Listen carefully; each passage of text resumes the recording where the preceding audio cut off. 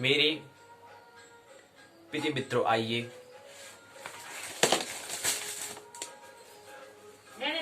बीस जनवरी 2021 भूमंच ज्योतिष पाठशाला बीजेपी स्वाध्याय दिवस 110 धन 20वां ज्योतिष के 20वें दिवस में ज्योतिष पाठ के 20वें दिवस में आइए प्रवेश करें।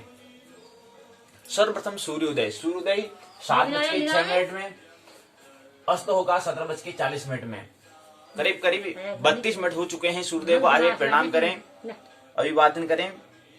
जानते हैं पाठशाला के दो भाग हैं। पहले भाग को हम पाठ्यचर्या प्रश्नोत्तर चर्चा हम कहते हैं, दूसरे भाग को पाठ्यक्रम पाठ्यचर्चा कहते हैं। पाठशाला के भाग दूसरे को हम पहले इस पर चर्चा करेंगे, पाठशाला के भाग एक में दूसरे चरण में हम बात करेंगे।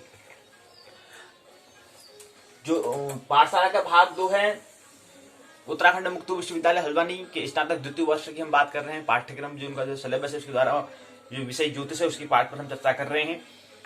पहले प्रश्न पत्र जो है स्नातक द्वितीय वर्ष का जो पहला प्रश्न पत्र पूर्ण हो चुका है। दूसरे प्रश्न पत्र की ओर हम प्रवेश कर चुके हैं। दूसरे प्रश्न पत्र का नाम है, उसको व्यक्त करने का ढंग जो है, कोड जो है GY 202।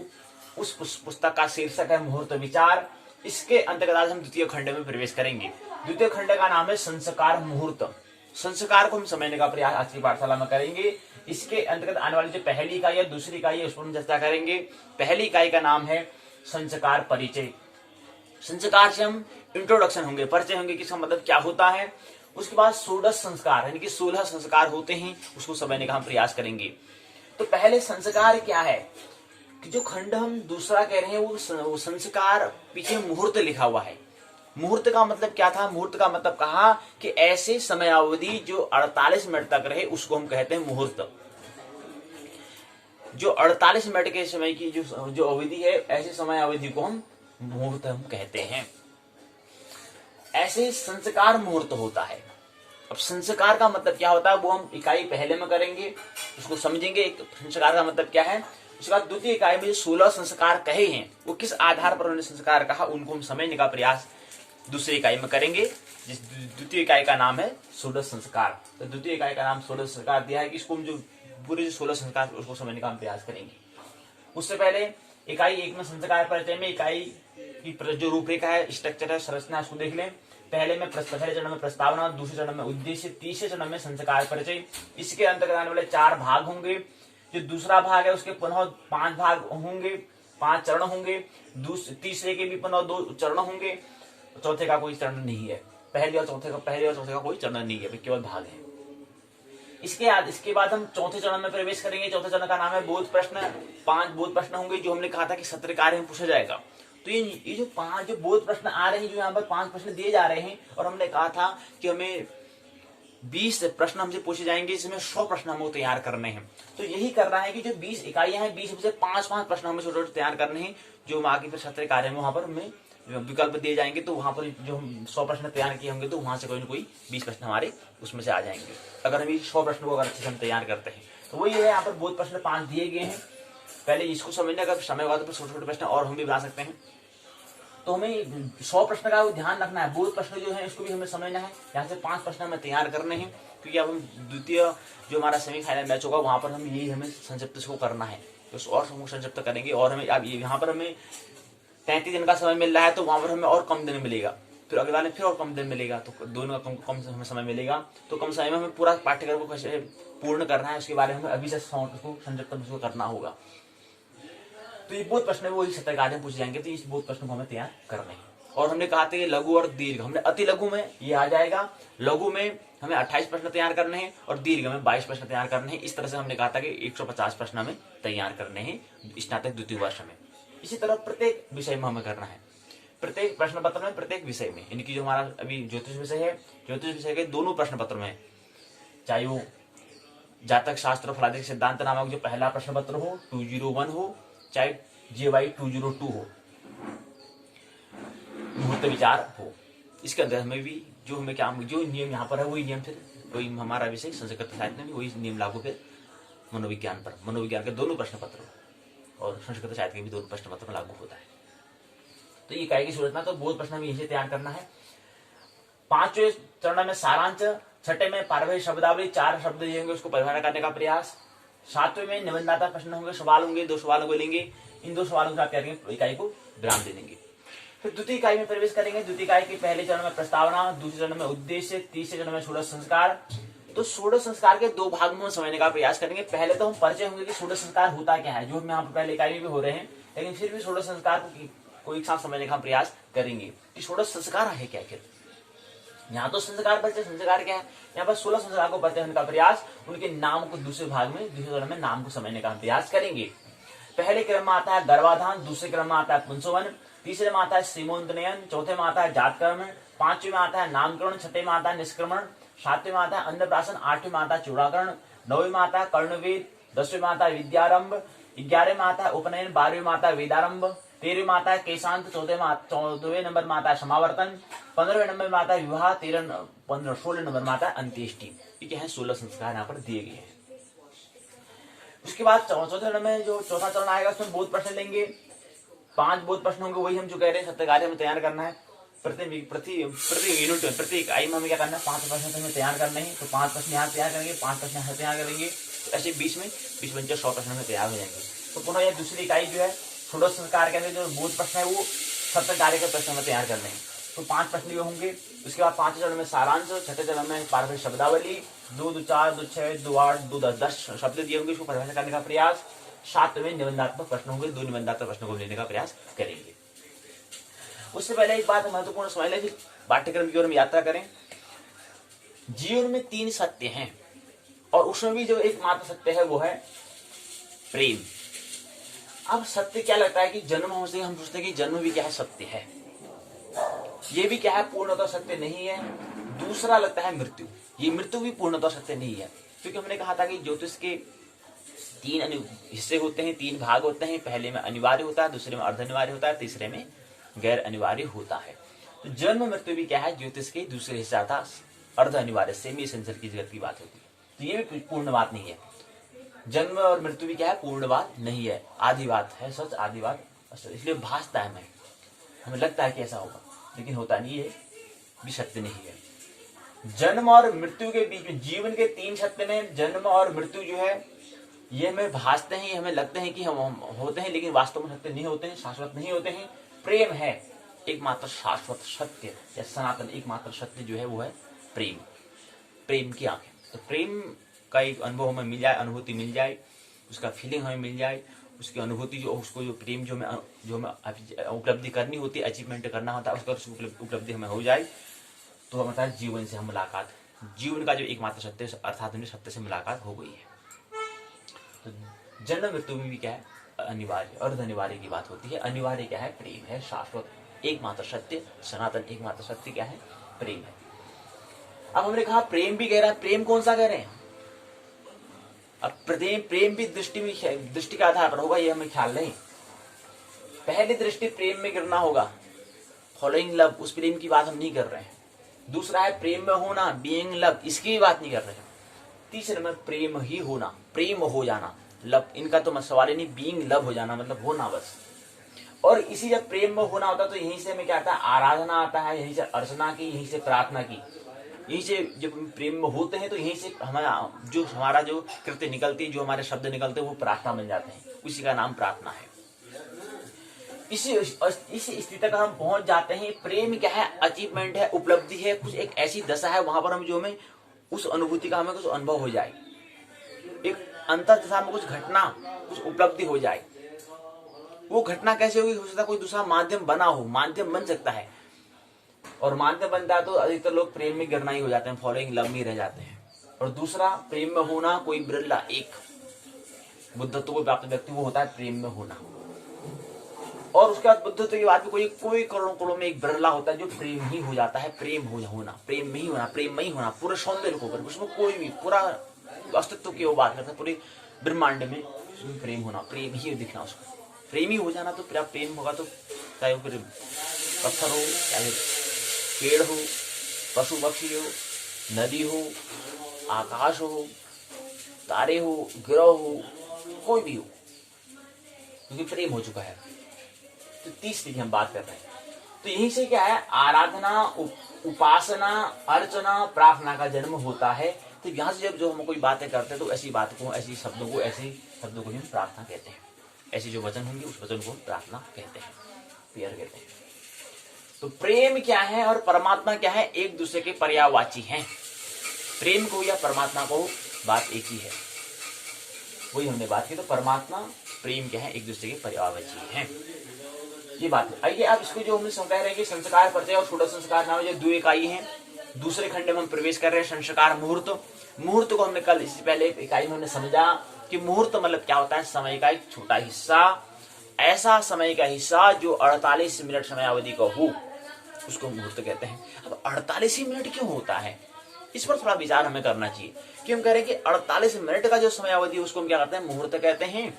इस तरह आधार पर हमने कहा कि दिन के भी मुहूर्त होते हैं, रात के भी होते हैं, तो 28 मुहूर्त होते हैं, 28 मुहूर्त होते हैं। तो ये 48 मिनट का ही समय क्यों करा, 50 क्यों नहीं करता, 1 घंटा क्यों नहीं करता, 48 मिनट क्यों करा? क्योंकि यहाँ पर जो 48 हम मिनट कह रहे हैं, एक बात तो ये समझिए, 48 जो मिनट हम जो कह रहे हैं ये तो अभी वर्तमान में जो हमारा विज्ञान है उसके आधार पर, लेकिन उसमें क्या था कि 2 घड़ी हुआ करती थी। उसमें ये समय नहीं था जैसे गॉज घड़ी इस टाइप की जो कह रहे हैं, इस समय वो ये नहीं था। हम तो सोचते कि हाँ ये वही पहले से होगा, पहले से नहीं था। तो उसमें घड़ी की बात होती थी, घटी की बात होती थी। यानी कि वहां पर उन्होंने हिसाब किया था कि अभी जो हम 48 मिनट कह रहे हैं उसमें ये था ही नहीं जो 48 मिनट की हम बात कर रहे हैं। हालांकि हम 48 मिनट से हम भी समय से तो हम वर्तमान में जो समय चल रहा है उसके हम परिचित है, इसलिए वो कहना पड़ता है कि हाँ यार 24 मिनट 48 मिनट। लेकिन उस समय क्या होता था कि 2 घड़ी के बराबर 1 मुहूर्त हुआ करता था। और जो हमने जो समय की यहाँ पर हमने समय की हमने बात किया, जो मिनट हमने घंटा सेकंड की बात करें, तो वो समय अवधि क्या आया, और जो हमने 2 घड़ी की हमने हिसाब की बात की, तो वो 2 घड़ी का जो मान आता है वो 48 मिनट के बराबर आता है। इसलिए कहा कि 48 मिनट का मुहूर्त होता है, इसलिए हमने कहा। तो उस समय क्या था, घड़ी के हिसाब से, घड़ी का उन्होंने उस वैज्ञानिक जो मनीषी थे उन्होंने उस आधार पर उन्होंने घड़ी का मुहूर्त के रूप में रखा कि 2 घड़ी के बराबर 1 मुहूर्त होता है। तो उन्होंने हिसाब से कहा। लेकिन बाद में समय की हमने फिर विज्ञान का सृजन किया, तो विज्ञान में हमने मिनट सेकंड की मैंने बात की, तो मिनट में निकाला कि हाँ यार इतने मिनट का जो 2 घड़ी की उन्होंने मनीषी ने बात की थी। अच्छा यहाँ पर जो वैज्ञानिक ने निकाली, अच्छा उसका जो समय वो कितना समय के बराबर है, 48 मिनट के समय के बराबर है। तो इसलिए हमने कहता है कि 1 मुहूर्त कितना होता है, 48 मिनट। और मनुष्य के हिसाब से अगर कहें तो 2 घड़ी के बराबर होता है। और 1 घड़ी में कितना समय था, जो भी हमने हिसाब से समय के हिसाब से गणना करते हैं, तो वो 24 मिनट के बराबर होता है 1 घड़ी। और दूसरा घड़ी क्या होगा, फिर 24 के बराबर होगा, दोनों का योग 48 हो गया। और उसके बाद फिर आधा फिर हम करते हैं, क्योंकि 24 का आधा 12 होता है, तो 12 में 48 में और 12 जोड़ते तो जाके 60 मिनट अर्थात 1 घंटा होता है। तो हम कहते हैं कि 2.5 घड़ी के बराबर क्या होता है, मतलब 1 घंटा जो है वो 2.5 घड़ी के बराबर होता है, ये हम कहते हैं। तो इसलिए हमने 48 मिनट कहा। तो ये भी है। बाकी शोध अनिवार्य जो शोधन जो है वो जारी रहेगा। जहाँ पर प्रश्न आते हैं उसका निरंतर हमें चिंतन करते रहना जब तक कि उसका पूरा उसका प्रमाणिक तथ्य हमें प्राप्त न हो जाए, तब तक हमें निरंतर चिंतन करते रहना चाहिए। एक कारण ये भी था। अब घड़ी की क्यों करा उन्होंने, घड़ी का वो समय क्या था, वो फिर बात शोध की बात है, वो बाद में चर्चा हम कर लेंगे। तो ये कारण था। आइए आप पाठ्य पुस्तक जो है, पाठ्य पुस्तक के माध्यम से आइए को समझें। खंड दूसरे में हम प्रवेश किए हुए हैं आज। दूसरे खंड का नाम है संस्कार मुहूर्त।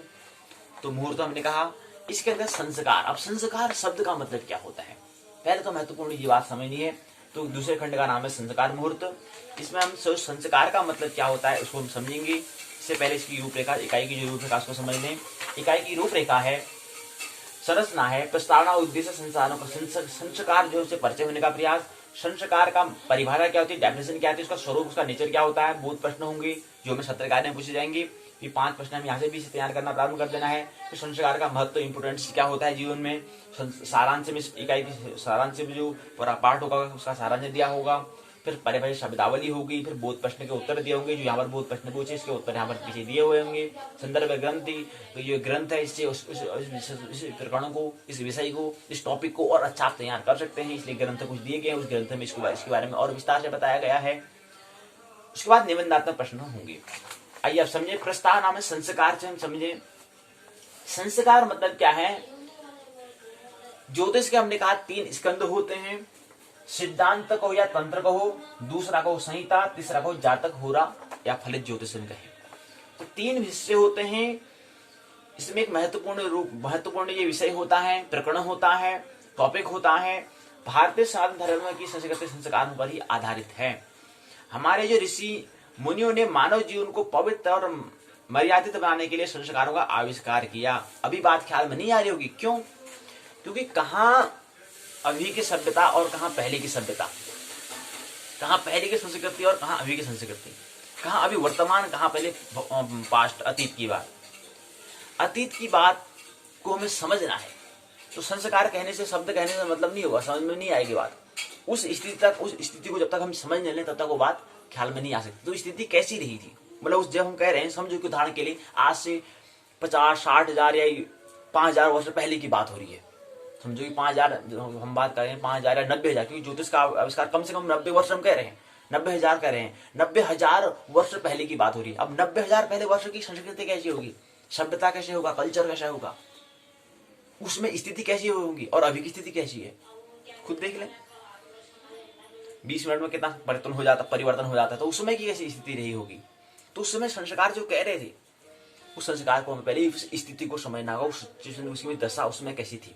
अच्छा, उसमें संस्कार किए थे, तो उसके बाद फिर उसमें उस स्थिति को समझेंगे और अभी की वर्तमान की स्थिति को समझेंगे, सिचुएशन को समझेंगे, कंडीशन को समझेंगे। उसके बाद फिर उसमें क्या करना होगा, जो हमें परिवर्तन करना होगा तो परिवर्तन करेंगे, चिंतन करेंगे कि हाँ उसमें तो ऐसी पहले स्थिति रही तो उसमें ऐसा होता था, अभी स्थिति ऐसी है तो इस स्थिति में इतना परिवर्तन हमें करना है, परिवर्तन करना पड़ेगा। क्योंकि सिचुएशन जो है, प्रकृति निरंतर परिवर्तन, प्रकृति में परिवर्तनशील होता है, प्रगतिशील है, वो गति कर रही है, निरंतर परिवर्तन हो रहा है, इसलिए परिवर्तन करना पड़ेगा। अब संस्कार क्या है इसको समझें, तो ऋषि मनुष्य ने मानव जीवन को पवित्र बनाने के लिए, तो ये जो संस्कार हम कह रहे हैं वो किसके लिए, अभी संस्कार शब्द जो है उसका मतलब समझ में नहीं आ रहा है। संस्कार का मतलब क्या है इसको पहले समझे, तब जाके हम आगे बढ़ेंगे।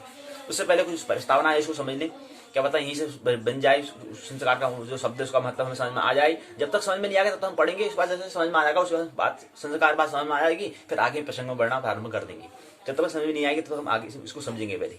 तो क्या कहा कि हमारे ऋषि मुनियों ने मानव जीवन को पवित्र, जैसे आपको कोई प्रश्न करेंगे संस्कार क्या होता है तो आप बता पाएंगे बगैर तैयारी के, बगैर कभी प्रश्न किए हुए, कहने का मतलब तैयारी का मतलब प्रश्न किए हुए। कभी कोई आपसे प्रश्न पूछ ले, ऐसा प्रश्न पूछे जो आपने कभी मैंने सोचा ही नहीं हो, तो उसका उत्तर दे सकते हैं, नहीं दे सकते हैं।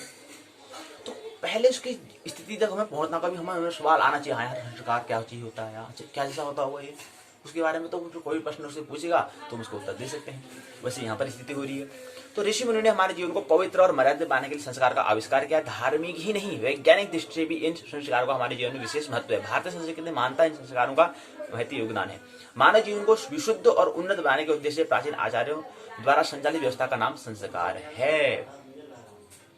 क्या है संस्कार? संस्कार की परिभाषा क्या है? मानव जीवन को उन्नत बनाने के उद्देश्य से, महोत्सव बनाने के उद्देश्य से जो आचार्य, जिसमें ज्योतिष की, जो संस्कृति की, जो सभ्यता के समय जो आचार्य थे, उनके द्वारा जो एक ऐसी व्यवस्था, सोच ही रहे थे हम, एक ऐसा मैनेजमेंट है, एक ऐसी व्यवस्था का नाम है, उस व्यवस्था का नाम संस्कार दिया। तो मैनेजमेंट, व्यवस्था, एक ऐसी व्यवस्था जो हमें क्या करे, महोत्सव जीवन बनाए, उन्नत बनाए, हमें उन्नति की ओर ले जाए। तो ऐसी उन्नति को ले जाने की ओर की ऐसी जो व्यवस्था जो मैनेजमेंट करते हैं, उस मैनेजमेंट को हम संस्कार कहते हैं। कहने का मतलब है कि हमने कहा कि जो व्यवस्थित हम बात कर रहे हैं, अगर जैसे हम कोई हमारा सामान होता है, वो किसी बॉक्स में या पेटी में अगर हम कहें, उसमें अगर सामान अगर बिखरा हुआ हो, तो एक तो ये स्थिति हो सकती है। एक होता है कि उनको अच्छी तरह हम सेट करें, अच्छे से उसको व्यवस्थित क्रम, रो और कॉलम में, स्तंभ और ऊर्ध्व में उसको अच्छे से क्रम में व्यवस्थित हम करें, तो एक व्यवस्था ये होती है। लेकिन जो एक अच्छी तरह से व्यवस्था की है, तभी तो पेटी में वो सामान आया है। और वही अगर सामान, वही वस्तु को अगर हम अगर वैसी डाल दें तो हो सकता है सामान ना आए। तो ऐसे ही जीवन को भी क्या करना होता है, हमें एक व्यवस्थित हमें करना होता है। एक अच्छे से हमें उसकी नीति हमारी होती है, एक व्यवस्था, एक मैनेजमेंट हमारा करना होता है। क्या हम मैनेजमेंट करते हैं? क्या हमने मैनेजमेंट किया है या जिए जा रहे हैं बस, हाँ सुबह उठो ठीक हुआ, ठीक है चलते रहो बस? हमने अपने जीवन को एक बनाया है नियम की, नीति बना रखी है, अपने अपने जीवन के लिए कुछ लॉ बनाए, हमने कानून बनाए हैं अपने के लिए। अगर कानून नहीं बनाए तो संस्कार जो प्रकरण है, ये संस्कार मतलब होता है एक व्यवस्था, संस्कार की नीति बनाना, एक व्यवस्था करना अपने के लिए। अब ऋषि मनुष्य ने बनाया तो उनको कुछ आगे और गहन दृष्टि होगी, तो उनको उस दृष्टि को समझने का हम प्रयास करेंगे। उस दृष्टि को लेने के बाद फिर अपने जीवन में भी उसको आचरण में धारण करने का, धरने का हम प्रयास करेंगे। तो संस्कार क्या है? एक व्यवस्था है। किसके लिए? जीवन को, क्योंकि जीवन हम कह रहे हैं मनुष्य, हमने कल ही बात की, मनुष्य जीवन क्या है, ऐसे ही नहीं मिला है। हमने कल बात की थी मित्र की, हमने बात की थी बुद्ध के कालीन में एक मित्र की हमने बात की कि एक मित्र को क्या था, इसलिए पहले उसने कुछ मतलब उसको संन्यास के बारे में कोई ख्याल नहीं था, उसको प्रार्थना अर्चना पूजा भजन कीर्तन से कोई रुचि नहीं थी। लेकिन एक आई कि उसे क्या होता है, जैसे बुद्ध वहां से आते हैं तो उनको क्या होता है कि संन्यास लेने की जिज्ञासा होती कि यार मैं भी संन्यास लूं। तो उसका फिर बुद्ध ने इसका कारण बताया कि आपका पिछले जन्म में क्या थी, आप हाथी थे, और हाथी के बाद तुरंत आपको मनुष्य शरीर मिला, ये आपकी क्या थी, उसमें आपने करुणा दिखाई थी, क्योंकि जंगल में आग लग गई थी, नीचे चूहा था, चूहा की आपने प्राण बचाई, करुणा दिखाई, आप और आपके हाथ में जो था वहां पर आपकी कांटा चुभा हुआ था, तो आपने अपने हाथ को नीचे आपने नहीं रखा, और उस हाथ को आप नीचे रख भी नहीं पाए। क्यों? क्योंकि चूहा तो बच चुका था, लेकिन आप जल चुके थे आग में। तो वो करुणा जो थी, आपका जीवन तो मर गया, लेकिन उसी करुणा के बस क्या हुआ, आपको ये जीवन मिला, और आज इसी वजह से आपको क्या हो रही है, ये संन्यास लेने की एक जिज्ञासा हो रही है कि सन्यासी संन्यास्त हो जाऊं। तो ऐसे ही जीवन को हमें मिला है। एक तो आरा होता है, उसमें फिर चाक होते हैं। एक आरा जो है वो 84 करोड़ की एक आरा है, उसमें फिर चाक होते हैं छोटे छोटे। एक मनुष्य भी आता है, 84 करोड़ में एक मनुष्य भी क्या नहीं आती है। तो ये आरा जो है, इसमें चाक जो है वो चाक निरंतर प्रगतिशील है। लेकिन कोई ज्यादा करुणावश हो जाता तो हाथी से तुरंत मनुष्य भी बन सकता है, और जो ज्यादा करुणाशील फिर नहीं होगा, ख्याल नहीं होगा, तो वह नीचे निम्न योनि में भी गिर सकता है, मनुष्य से वो अध योनि में भी गिर सकता है।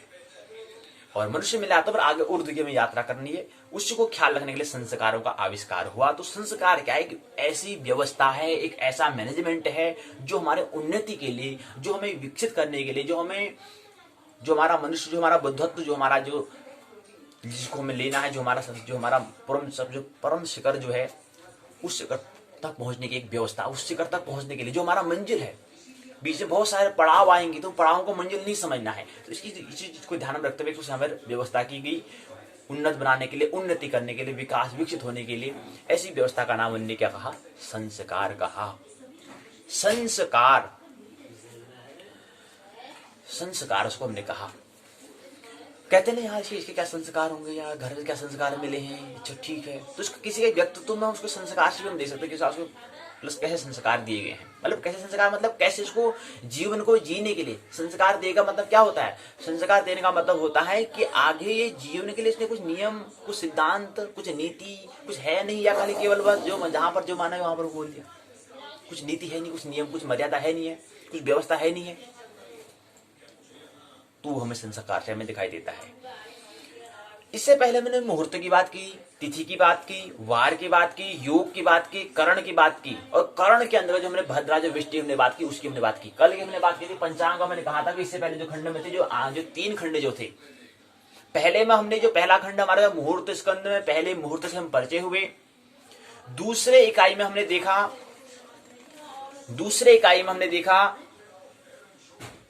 पक्ष, मास, ऋतु, अयन और गोल पर हमने विचार किया।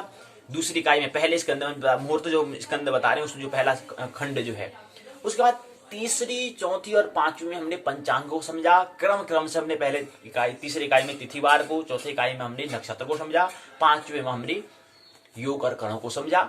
ये हम बता रहे हैं। तो पहले हमने प्रथम स्कंद में हमने ये समझा, इनकी मुहूर्त स्कंद में हमने ये समझा पहले खंड में। उद्देश्य है 5 उद्देश्य: परिभाषा करने में, महत्व को समझाने में, विभेदन निरूपण करने में, स्वरूप का वर्णन करने में, संबंध को निरूपण करने में। 5 यहाँ पर उद्देश्य दिए हुए हैं। अब संस्कार का परिचय क्या है? तो संस्कार, इतनी बातों में समझ में आ गई। संस्कार क्या है? एक ऐसी व्यवस्था, एक ऐसा मैनेजमेंट है जो हमारा जो परम, जो विकसित हो, जो हमारा होना है, विकसित का जो अंतिम जो चरण है वो है बुद्धत्व, परम जागरण। उस जागरण की ओर, अर्थात उसी को हम उन्नति कहते हैं, उसी को हम विकसित कहते हैं। फिर जहां पर कोई विकास फिर न हो, उस उन्नति तक हमें, उस उन्नति की बनाने के लिए, अपने जीवन को महोत्सव बनाने के लिए, ऐसे बन नहीं जाएगा महोत्सव, ऐसी उन्नति नहीं होती है। उसके लिए हमें क्या करना पड़ता है? कुछ व्यवस्था करनी पड़ती है, कुछ मैनेजमेंट करना पड़ता है। अब ये मैनेजमेंट कौन करता है? ब्राह्मण जो है, वो जो ब्राह्मण जो जिसका मतलब कि पढ़ना लिखना अध्ययन मनन होता है वो करता है, वो देखता है पूरी स्थिति को। अब कोई व्यक्ति का स्वभाव नहीं है, जो आम जन लोग हैं वो निश्चिंतन कर पा रहे हैं, उनकी विचारशीलता नहीं है, फिर इसलिए उनको आचार्य कहते हैं कि आचार्य मतलब जिनका काम ही क्या हो, जो ब्राह्मण हो, मतलब जो ब्रह्मांड को जाने, जो अनिवार्य जो चीज है, जो अनिवार्य चीज है उसकी ओर वो तथाता का ओर प्रवेश करे। इस चीज को ध्यान रखते कुछ व्यवस्था करते हैं, कुछ मैनेजमेंट करते हैं, उसको उन्होंने नाम क्या दिया? संस्कार दिया। परिचय में कहा कि प्रत्येक कार्य संस्कार से आरंभ होता है। संस्कार से आरंभ होता है मतलब उन्नति की ओर बढ़ने के लिए ऐसी व्यवस्था, ऐसा मैनेजमेंट का नाम है संस्कार, जो उन्नति की ओर ले जाए हमें, ऐसी व्यवस्था, ऐसा मैनेजमेंट। तो कह रहे हैं कि प्रत्येक कार्य संस्कार से आरंभ होता है। अब क्या है संस्कार? समझे। संस्कार समय संस्कारों की संख्या में लगभग 40 थी। जब समय जो था उस समय संस्कारों की संख्या कितनी थी? 40 थी। 40 संस्कार थे। 40 संस्कार मतलब 40 कुछ व्यवस्थाएं ऐसी थी, जीवन को ऐसे व्यवस्थित हमने किया था कि 40 की हमने संख्या की थी, लगभग 40 थी। लेकिन जैसे जैसे समय बदला, व्यस्तता बढ़ती गई, तो कुछ संस्कार क्या है स्वतः विलुप्त हो गए। इस प्रकार समयानुसार संशोधित होकर संस्कारों की संख्या निर्धारित होती गई। गौतम जब ऋषि थे तो उनने स्मृति में 40 प्रकार के संस्कारों का उल्लेख किया है। गौतम जो स्मृति है, जो गौतम की जो स्मृति, जो ख्याल है, जो गौतम ऋषि हैं, उनके हिसाब से उन्होंने कहा कि संस्कार कितने होने चाहिए? 40 होने चाहिए। तो गौतम की जो दृष्टि थी, जो उनका दृष्टिकोण था, उनके आधार पर 40 संस्कार होने चाहिए कहा। लेकिन इसी क्रम में जो महर्षि अंगिरा हैं, जो ऋषि महर्षि वगैरह अंगिरा हैं, उनकी दृष्टि से क्या था कि संस्कार क्या होने चाहिए? 25 संस्कार होने चाहिए, 25 व्यवस्थाएं होनी चाहिए। मतलब अब जैसे संस्कार हम बात कर रहे हैं, हमने कहा था कि मैंने परसों में त्रिसूत्र की हमने बात की थी, तो हमने त्रिसूत्र, अब ये संस्कार 16 कहते हैं, समझे कि हमने कहा था कि हम सप्तम सूत्र की हम बात करेंगे, तो हम कहेंगे 7 संस्कार होते हैं, तो ठीक है 7 संस्कार होते हैं, कोई जरूरी नहीं है। तो ऐसे यहाँ पर गौतम ऋषि कह रहे हैं कि क्या है? 40 संस्कार होने चाहिए, मतलब 40 ऐसी व्यवस्थाएं होनी चाहिए, 40 ऐसा चरण होना चाहिए पूरा जीवन काल का, ये चरण होना चाहिए। मतलब जीवन को खंड में बांटना, इस खंड में इतना ये काम होगा, इस खंड में ये होता है, इस खंड में ये होता है, इस खंड में ये होता है। तो ऐसे हमने जीवन को 7 खंड भी हमने कहा था कि 7 सूत्र में बताएंगे। सप्तम सूत्र का भी निर्माण हो चुका है। 3 सूत्र की हमने बात की थी, 71 गुणा 07 की बात की थी, 50 गुणा 07 की हमने बात की थी, 24 गुणा 07 की हमने बात की थी, 35 गुणा 07 की हमने बात की थी, 2 गुणा 07 की बात की थी। इसी तरह हमने बात किया था,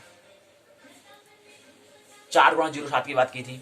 इस तरह से 7 सूत्र हमने तैयार किया। तो ये 7, इस चीज को भी हम संस्कार कह सकते हैं। संस्कार का मतलब क्या है? व्यवस्था, उन्नति की ओर बढ़ाने के लिए कि इतना कालखंड है, तो इस कालखंड में हमको ये काम करना होता है, ये चीज की स्थिति हो जाती है। अब ये स्थिति पर थोड़ा हमें विचार करना होगा कि ये तथ्यगत होना चाहिए, ऑथेंटिक होना चाहिए, इसकी हमें शोध करनी चाहिए कि ऑथेंटिक है यही, मतलब इसमें अनिवार्य की जो मतलब प्रभु की इच्छा ये है या नहीं, इसको हमें ख्याल रखते हुए नियम बनाने चाहिए। तो गौतम ऋषि बोलते हैं कि उनकी स्मृति के अनुसार 40 संस्कार होने चाहिए, 40 प्रकार के संस्कार होने चाहिए। महर्षि अंगिरा कहते हैं कि नहीं भाई नहीं, 25 संस्कार होने चाहिए। इसी क्रम में व्यास की स्मृति के उनके ख्याल से कहते हैं कि नहीं भाई 16 संस्कार का होना चाहिए। तो व्यास जो है, कृष्णद्वैपायन जो वेद व्यास जो हम कहें, उनके हिसाब से 16 संस्कार का वर्णन किया है। तो इसी जो हम कह रहे हैं कि व्यास जो है, कृष्णद्वैपायन वेद व्यास जो कहते हैं, जिनने वेदों का फिर व्यास क्या विभाजन किया, इसलिए उनका नाम फिर वेद व्यास पड़ा। उनका नाम जो वास्तविक नाम था कृष्णद्वैपायन था। तो उनने कहा नहीं भाई 16 संस्कार की व्यवस्था होनी चाहिए। तो उनने 16 संस्कार की व्यवस्था की, और 16 संस्कार की बात यहाँ पर देखकर हम करेंगे। 16 संस्कार में पहला आता है गर्भाधान संस्कार आता है। दूसरा गर्भाधान से लेकर के अंतिम जो है उपरांत अंत्येष्टि अंतिम संस्कार तक होता है। गर्भाधान के बाद आता है पुंसवन, फिर आता है सीमोन्नयन, फिर आता है जातकर्म, फिर आता है नामकरण। ये सभी संस्कार नवजात या का देवी जगत से संबंध स्थापना के लिए होता है। अब गर्भाधान कह रहे हैं, विवाह हो गया, मिलन हुआ, संभोग हुआ, उसके बाद जो गर्भाधान हुआ, जब आत्मा आई उसमें प्रवेश किया, उसके बाद जो संस्कार प्रारंभ होता है उसको हम गर्भाधान कहते हैं। उसके बाद पुंसवन होता है, फिर सीमोन्नयन होता है, फिर जातकर्म होता है। तो कह रहे हैं कि जो 4 संस्कार दिए गए हैं, 1 2 3 4 संस्कार जो हैं, ये सभी संस्कार नवजात का देवी जगत से संबंध स्थापित करने के लिए किया है। देवी जगत से संबंध कैसे हमारा हो, कैसे हमारा जुड़ जाए, मिलन हो जाए, उसको ध्यान रखते हुए किए गए हैं। उसके बाद फिर आता है नामकरण, के बाद चूड़ाकर्म, यज्ञोपवीत संस्कार, इसके बाद विवाह संस्कार होता है। यह गृहस्थ जीवन का सर्वाधिक महत्वपूर्ण संस्कार है। धर्म में स्त्री और पुरुष दोनों के लिए यह सबसे बड़ा संस्कार होता है, विवाह संस्कार जो हम कहते हैं।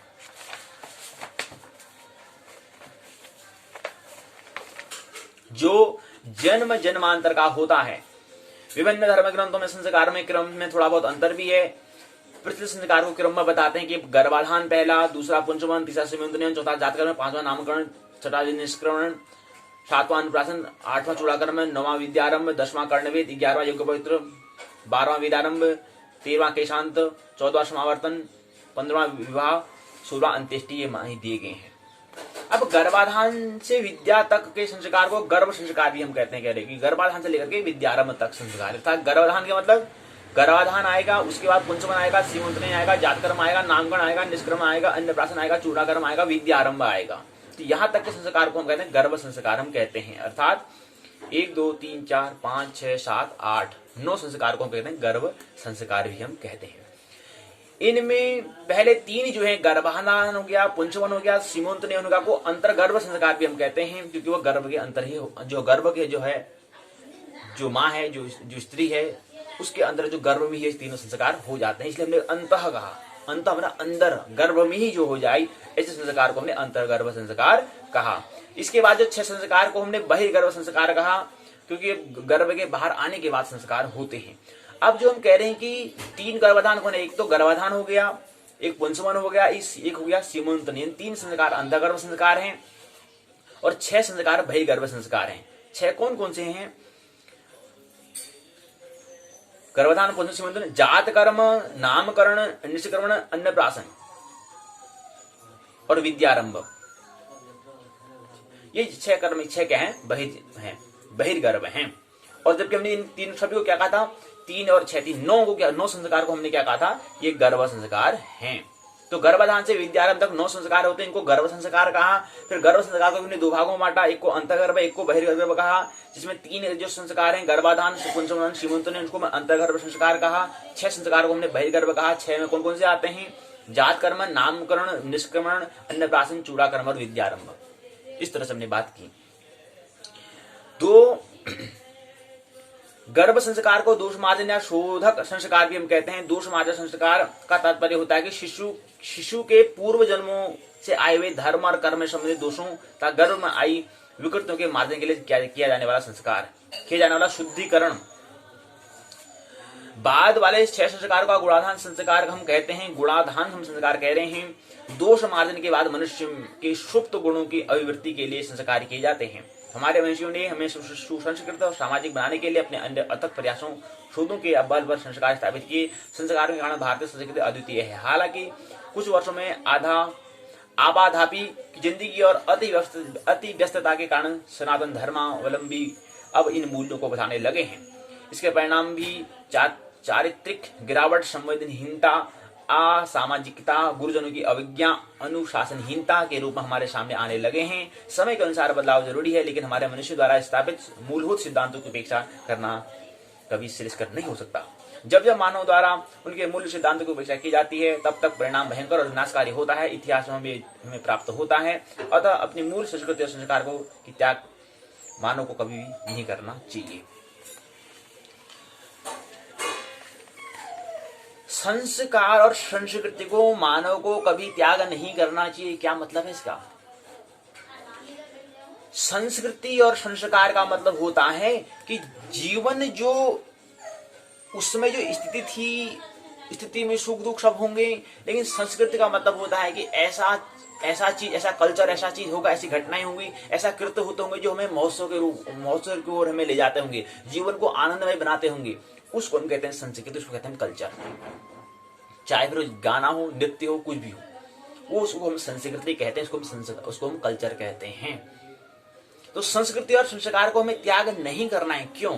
क्योंकि उसके पीछे क्या है, जीवन का अगर उसको छोड़ देंगे, उसे अगर हम तात्मा उसे संबंध अगर मैंने छोड़ दिया, उससे हमारा अगर संबंध हमारा छोड़ और उससे हम हट गए उस संबंध से, तो फिर हमारा जीवन कैसा होगा? दुखालय होगा। हमें जीवन में क्या दुखी तो होता है, सुख कहाँ, आनंद कहाँ होता है।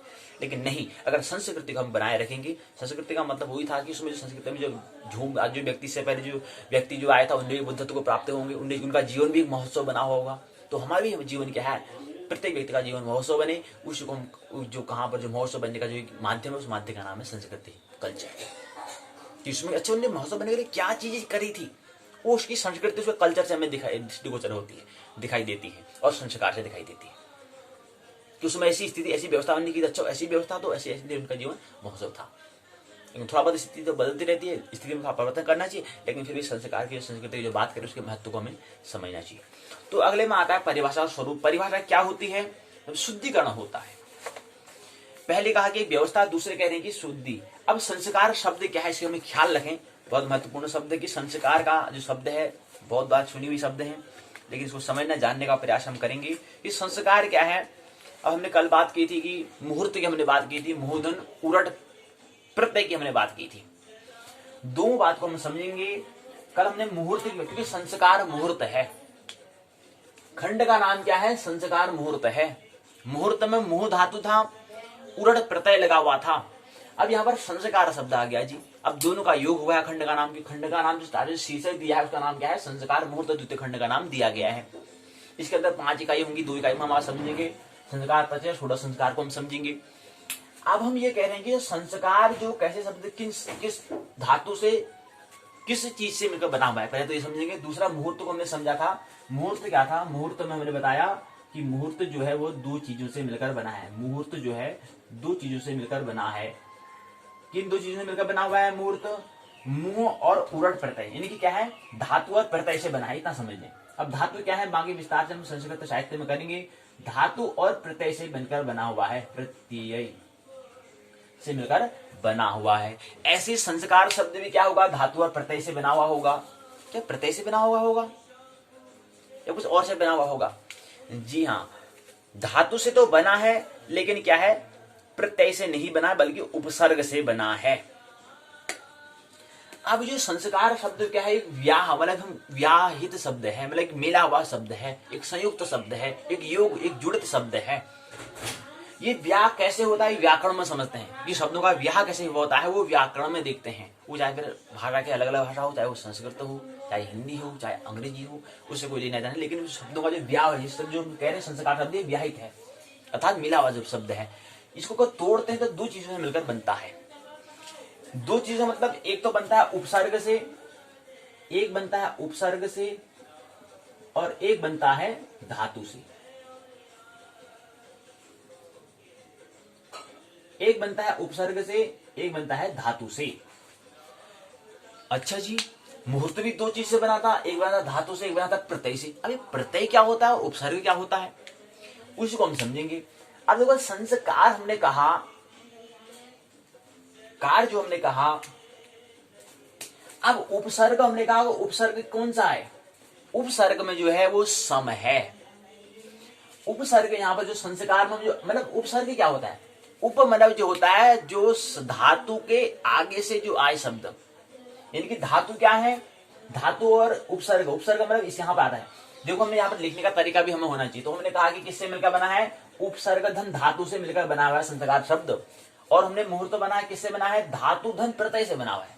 इसका मतलब क्या था कि प्रत्यय जो होता है वो शब्द के पीछे, यानी कि हमारे दाएं हाथ की ओर लगता है, और जो हमारा उपसर्ग है वो बाएं हाथ की ओर लगता है, धातु के बाएं हाथ की ओर लगता है।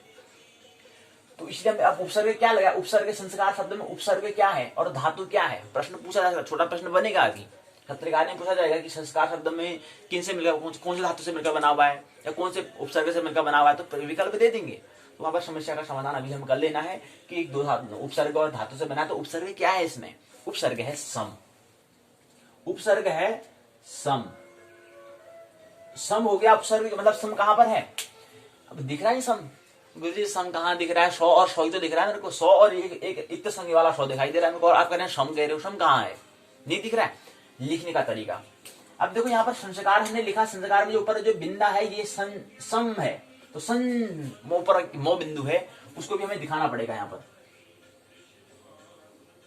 ये बना सम, आप दिखा सम? हाँ जी गुरुजी आप दिख रहा है। उससे मुताबिक फिर लुका दिया था, मैंने कहाँ लुकाया? छिपा दिया था, बिल्कुल से छिपा दिया, वाला दिखा, अब दिखा है। हाँ दिखा ना सम? हाँ जी ये गुरुजी आप दिखा। ये सम की बात हो रही है। तो ये उपसर्ग हो गया, सम क्या हो गया? उपसर्ग हो गया। और उससे पहले पूर्व कृ धातु के संस्कार शब्द का कृ, आप क्रिय धातु है। धातु कौन सा है? धातु यहाँ पर है क्रि धातु। अब क्रि धातु हम कह रहे हैं, धातु क्या चीज होती है? ये संस्कृत में इसको धातु कहते हैं, हम विज्ञान में इसको हम कहते हैं धातु को, हम विज्ञान में कहते हैं धातु कहते हैं, वस्तु को हम धातु कहते हैं। कि मतलब जिसमें क्या हो, तन्यता हो, जिसमें चमक हो, उसको हम धातु कहते हैं। वो विज्ञान की भाषा है, लेकिन यहाँ पर संस्कृत भाषा में उसको भी हम धातु कहते हैं। तो वो धातु का मतलब है कि जिसे कोई क्रियाएं होती है। तो कृ धातु में संस्कार शब्द का निर्माण हुआ। तो उपसर्ग में क्या था, सम, और पूर्वक में क्या है, कृ धातु से बना है। और क्रि का मतलब क्या होता है, अब जिसका अर्थ क्रि मतलब होता है विधि पूर्वक करना। तो क्रि धातु है। अब क्रि धातु मतलब होता है करना, यानी कृति, और सम मतलब होता है समान। अर्थात क्या होगा कि ऐसा जो विधि पूर्वक हो, ऐसा काम जो विधि पूर्वक हो। बात हुई ना। सम मतलब होता है, सम उपसर्ग मिलकर बना हुआ है। क्रि धातु मतलब क्रि धातु से मिलकर बना हुआ है। क्रि मतलब करना होता है कोई काम, लेकिन सम मतलब होता है जो अनिवार्य जगत है उसको ध्यान में रखते हुए। अनिवार्य में जो है, हमने कहा था कि जो अनिवार्य जगत होता है वहां पर सब पूरा व्यवस्थित ढंग से चलता है। वहां पर कोई भी दुर्घटना जैसी नहीं होती, कोई भी एक्सीडेंटल नहीं होता है। वहां पूरी सुनियोजित तरीका है, पूरी व्यवस्था है। जैसे हम कहते हैं यार बारिश की बात करते हैं, बारिश तो कहते हैं हमको यार ये तो अचानक बारिश आ गई यार, पानी अचानक बारिश आ गई, हमने कुछ तैयारी किया ही था, इसलिए बारिश में पहले बताना चाहिए था कि मैं आऊंगा करके। निश्चित है वो, उसकी भी क्या है बात निश्चित होती है। हमें ख्याल नहीं है, हमारी दृष्टि बड़ी नहीं है, इसलिए लगता है कि हाँ यार भविष्य हमारे लिए क्या है, भविष्य की घटना लगती है। लेकिन ऐसा नहीं है, पूरी घटना क्या है सुनियोजित तरीके से है। अनिवार्य जगत में अगर पहुंचेंगे, इसेंशियल जगत में पहुंचेंगे, तो वहीं से हमें तथाता का जन्म होता है, वहीं से हमारे समर्पण की, वहीं से सरेंडर की, वहीं से हमारा सौंपने की भावना आती है। उस जगत तक जब हम पहुंच जाए, उस जगत तक पहुंचने के लिए काफी हमें सामना, उसके लिए हमें 2 चरणों का हमें ख्याल रखना होता है, गैर अनिवार्य और अर्ध अनिवार्य की बात आता है। अनिवार्य जगत वहां तक हमें कभी जाता हो ही नहीं पाती, गैर अनिवार्य में तक जाते हैं, तो हमारे पे लगती है घटना। मतलब कोई भी घटना जो हमें भविष्य में होती है, वो भविष्य में क्या नहीं है, वो वर्तमान में ही है, लेकिन हमारी दृष्टि क्या है वहां तक नहीं है। उदाहरण से समझाने का प्रयास हम करेंगे। एक मित्र है, एक वृक्ष है। एक वृक्ष में एक मित्र क्या है, जो इस वृक्ष है उसके ऊपर शिखर पर बैठा हुआ व्यक्ति है। एक व्यक्ति है कि मध्यम, उसके ठीक मध्य में शाखा में बैठा हुआ व्यक्ति है। एक व्यक्ति क्या है, इसके ठीक जड़ के वहां पर नीचे में बैठा हुआ है, भूमि में बैठा है। किसको ज्यादा दिखाई देगा, सबसे ऊपर वाले को, मध्य वाले को, या जो नीचे जमीन पे बैठा हुआ व्यक्ति को? किसको ज्यादा दिखाई देगा? किस पूरे इलाकों को देखो कौन ज्यादा दिखेगा? सबसे ऊपर वाला। तो जो सबसे ऊपर वाला व्यक्ति है उसी को हम कृष्ण कहते हैं। कृष्ण की दृष्टि सबसे ऊपर की होती है। वो भूत भविष्य वर्तमान सब एक ही साथ चल रहा होता है वहां पर, क्योंकि ज्यादा लोगों को देखा कौन आ रहा है कौन जा रहा है, सभी को ज्यादा ऊपर है ना, सबसे ऊपर, क्योंकि मनस स्थिति क्या है उससे ज्यादा ऊपर की है। तो पूरा देख लेगा कि हाँ कौन चारों ओर कितने लोग कौन आ रहा है। और उसके बाद जो कृष्ण वहां जो सबसे ऊपर जो बैठा हुआ व्यक्ति है वो कहेगा हाँ यार वो व्यक्ति आ रहा है। और जब वो कहेगा कि अभी जो मध्य शाखा में जो बैठा हुआ व्यक्ति है वो कहेगा हाँ अभी कहाँ दिख रहा है, मेरे को दिखाई नहीं दे रहा है। और नीचे वाला व्यक्ति अरे कहाँ होगा कभी, हाँ जब थोड़ी देर जैसे 5 मिनट होते तो आता है, उसको पद दिखाई देता हाँ यार वाकई में सही कह रहा। लेकिन जो 5 मिनट का जो समय था जो ऊपर वाला जो ऊपर जो टहनी में जो बैठा हुआ व्यक्ति था, शीर्ष में जो बैठा हुआ व्यक्ति था, उसके लिए तो वर्तमान चल रहा था। लेकिन उसके आने में जो समय लगा, मध्य वाले व्यक्ति के लिए भी क्या हुआ, अतीत का काम बना, उसके लिए भी क्या बना, अतीत बना। इसलिए अतीत भविष्य की घटना थी और अतीत घटना बनी। भविष्य की घटना क्या बनती है, हमारे दृष्टिकोण में बनती है। इसलिए हमने कहा कि कोई भी चीज क्या होती है वो अनजान नहीं है। अगर हम जानने की जिज्ञासा रखें, अनिवार्य जगत में प्रवेश करें, तो सब क्या है सुनियोजित तरीके से होता है। इसी तरह से संस्कार का शब्द मूल होता है कि कृति, क्रि धातु से मिला बना हुआ है। क्रि मतलब होता है करना, क्रि मतलब होता है कर्म करना, कर्म कृति मतलब करना होता है, क्रिया होती है, कोई काम करते हैं। क्योंकि हमने कहा जीवन का क्या है, जीवन ही कर्म है, कर्म से कोई अकर्मण्य कोई हो नहीं सकता। तो करना है, लेकिन कैसा करना है, संस्कार को हमें दृष्टि में रखते हुए। संस्कार शब्द में क्या होता है कि करो, लेकिन कैसे, जो अनिवार्य जगत की जो बात है, जो अनिवार्य की जो मर्जी, जो प्रभु की मर्जी, उसी को ख्याल रखते हुए काम को करो, इसलिए इसको संस्कार शब्द दिया। तो सम धातु से, सम उपसर्ग से क्रि धातु में मिलकर बना हुआ है। क्रि धातु मतलब कृति करना। तो कोई भी काम कैसे करना है, विधि पूर्वक हमें करना होता है। विधि पूर्वक करना मतलब होश पूर्वक करना। अब विधि पूर्वक, विधि भी समझ में नहीं आएगी, तो इसका मतलब होता है कि ऐसा काम जो होश पूर्वक हो, अवेयरनेस, जागरूक जो व्यक्ति हम काम करें। सब सोए काम कर रहे हैं, मतलब भाई कर रहे ठीक हो गया। तो संस्कार शब्द का मतलब क्या बना, ऋषि मनुष्य की परिभाषा जो थी। लेकिन अगर हम इसका कहेंगे क्या होता है, संस्कार कोई शब्द हमसे पूछेगा तो हम बताएंगे कि 2 धातु से मिलकर बना, 2 चीज से मिलकर बनता हुआ है। पहले कहेंगे संस्कार शब्द क्या है, वो व्याहित शब्द है, अर्थात क्या है, ये क्या है, मिला हुआ शब्द है। अच्छा ये शब्द कहाँ कैसे करो कि व्याहित शब्द है? अरे भाई पता नहीं आपको, 2 चीजें होती है, एक इसमें क्रि धातु है और एक क्या इसमें उपसर्ग है, सम उपसर्ग है। दोनों को योग से बना है, सम और किस धातु के योग से संस्कार बना है। और संस्कार का मतलब क्या होता है? अच्छा, संस्कार का मतलब होता है कि होशपूर्वक काम करना, जागरूक पूर्वक काम करना, उसको हम संस्कार कहते हैं। और मुहूर्त हमने क्या, मुहूर्त भी हमने कहा कि दो चीजों से धातु और प्रत्यय से मिलकर बना हुआ है। हमने कहा कि मुहूर्त क्या था, यहाँ पर धातु था, उरट प्रत्यय था, उरट प्रत्यय था। इन दोनों के योग से क्या बना है? मुहूर्त बना है। अब दोनों बात हमें ख्याल में समझ में आ जाएंगी, क्योंकि क्या कह रहे हैं हम? अब हम कह रहे हैं कि संस्कार मुहूर्त को हम समझेंगे दूसरे खंड में। तो संस्कार मुहूर्त क्या है? संस्कार मतलब होशपूर्वक काम को करना, लेकिन उसको भी कैसे करना है? छोटे छोटे कालखंडों में। होशपूर्वक काम को छोटे छोटे हिस्से में बांटकर करना, उसी को हम कहते हैं संस्कार मुहूर्त। तो ये इकाई का खंड दूसरा है। अब आइए उसको पाठ्य पुस्तक के माध्यम से हम समझते हैं, संक्षिप्त में देखते हैं। तो संस्कार यहाँ पर दिया हुआ है, और संस्कार का अनेक यहाँ पर शब्द दिए गए, अनेक अर्थ होते हैं। कहते हैं कि शुद्धिकरण भी होता है, मन, वाणी एवं शरीर, तीन प्रकार के विशुद्ध होने का शुद्धिकरण की प्रक्रिया का नाम क्या है? संस्कार है।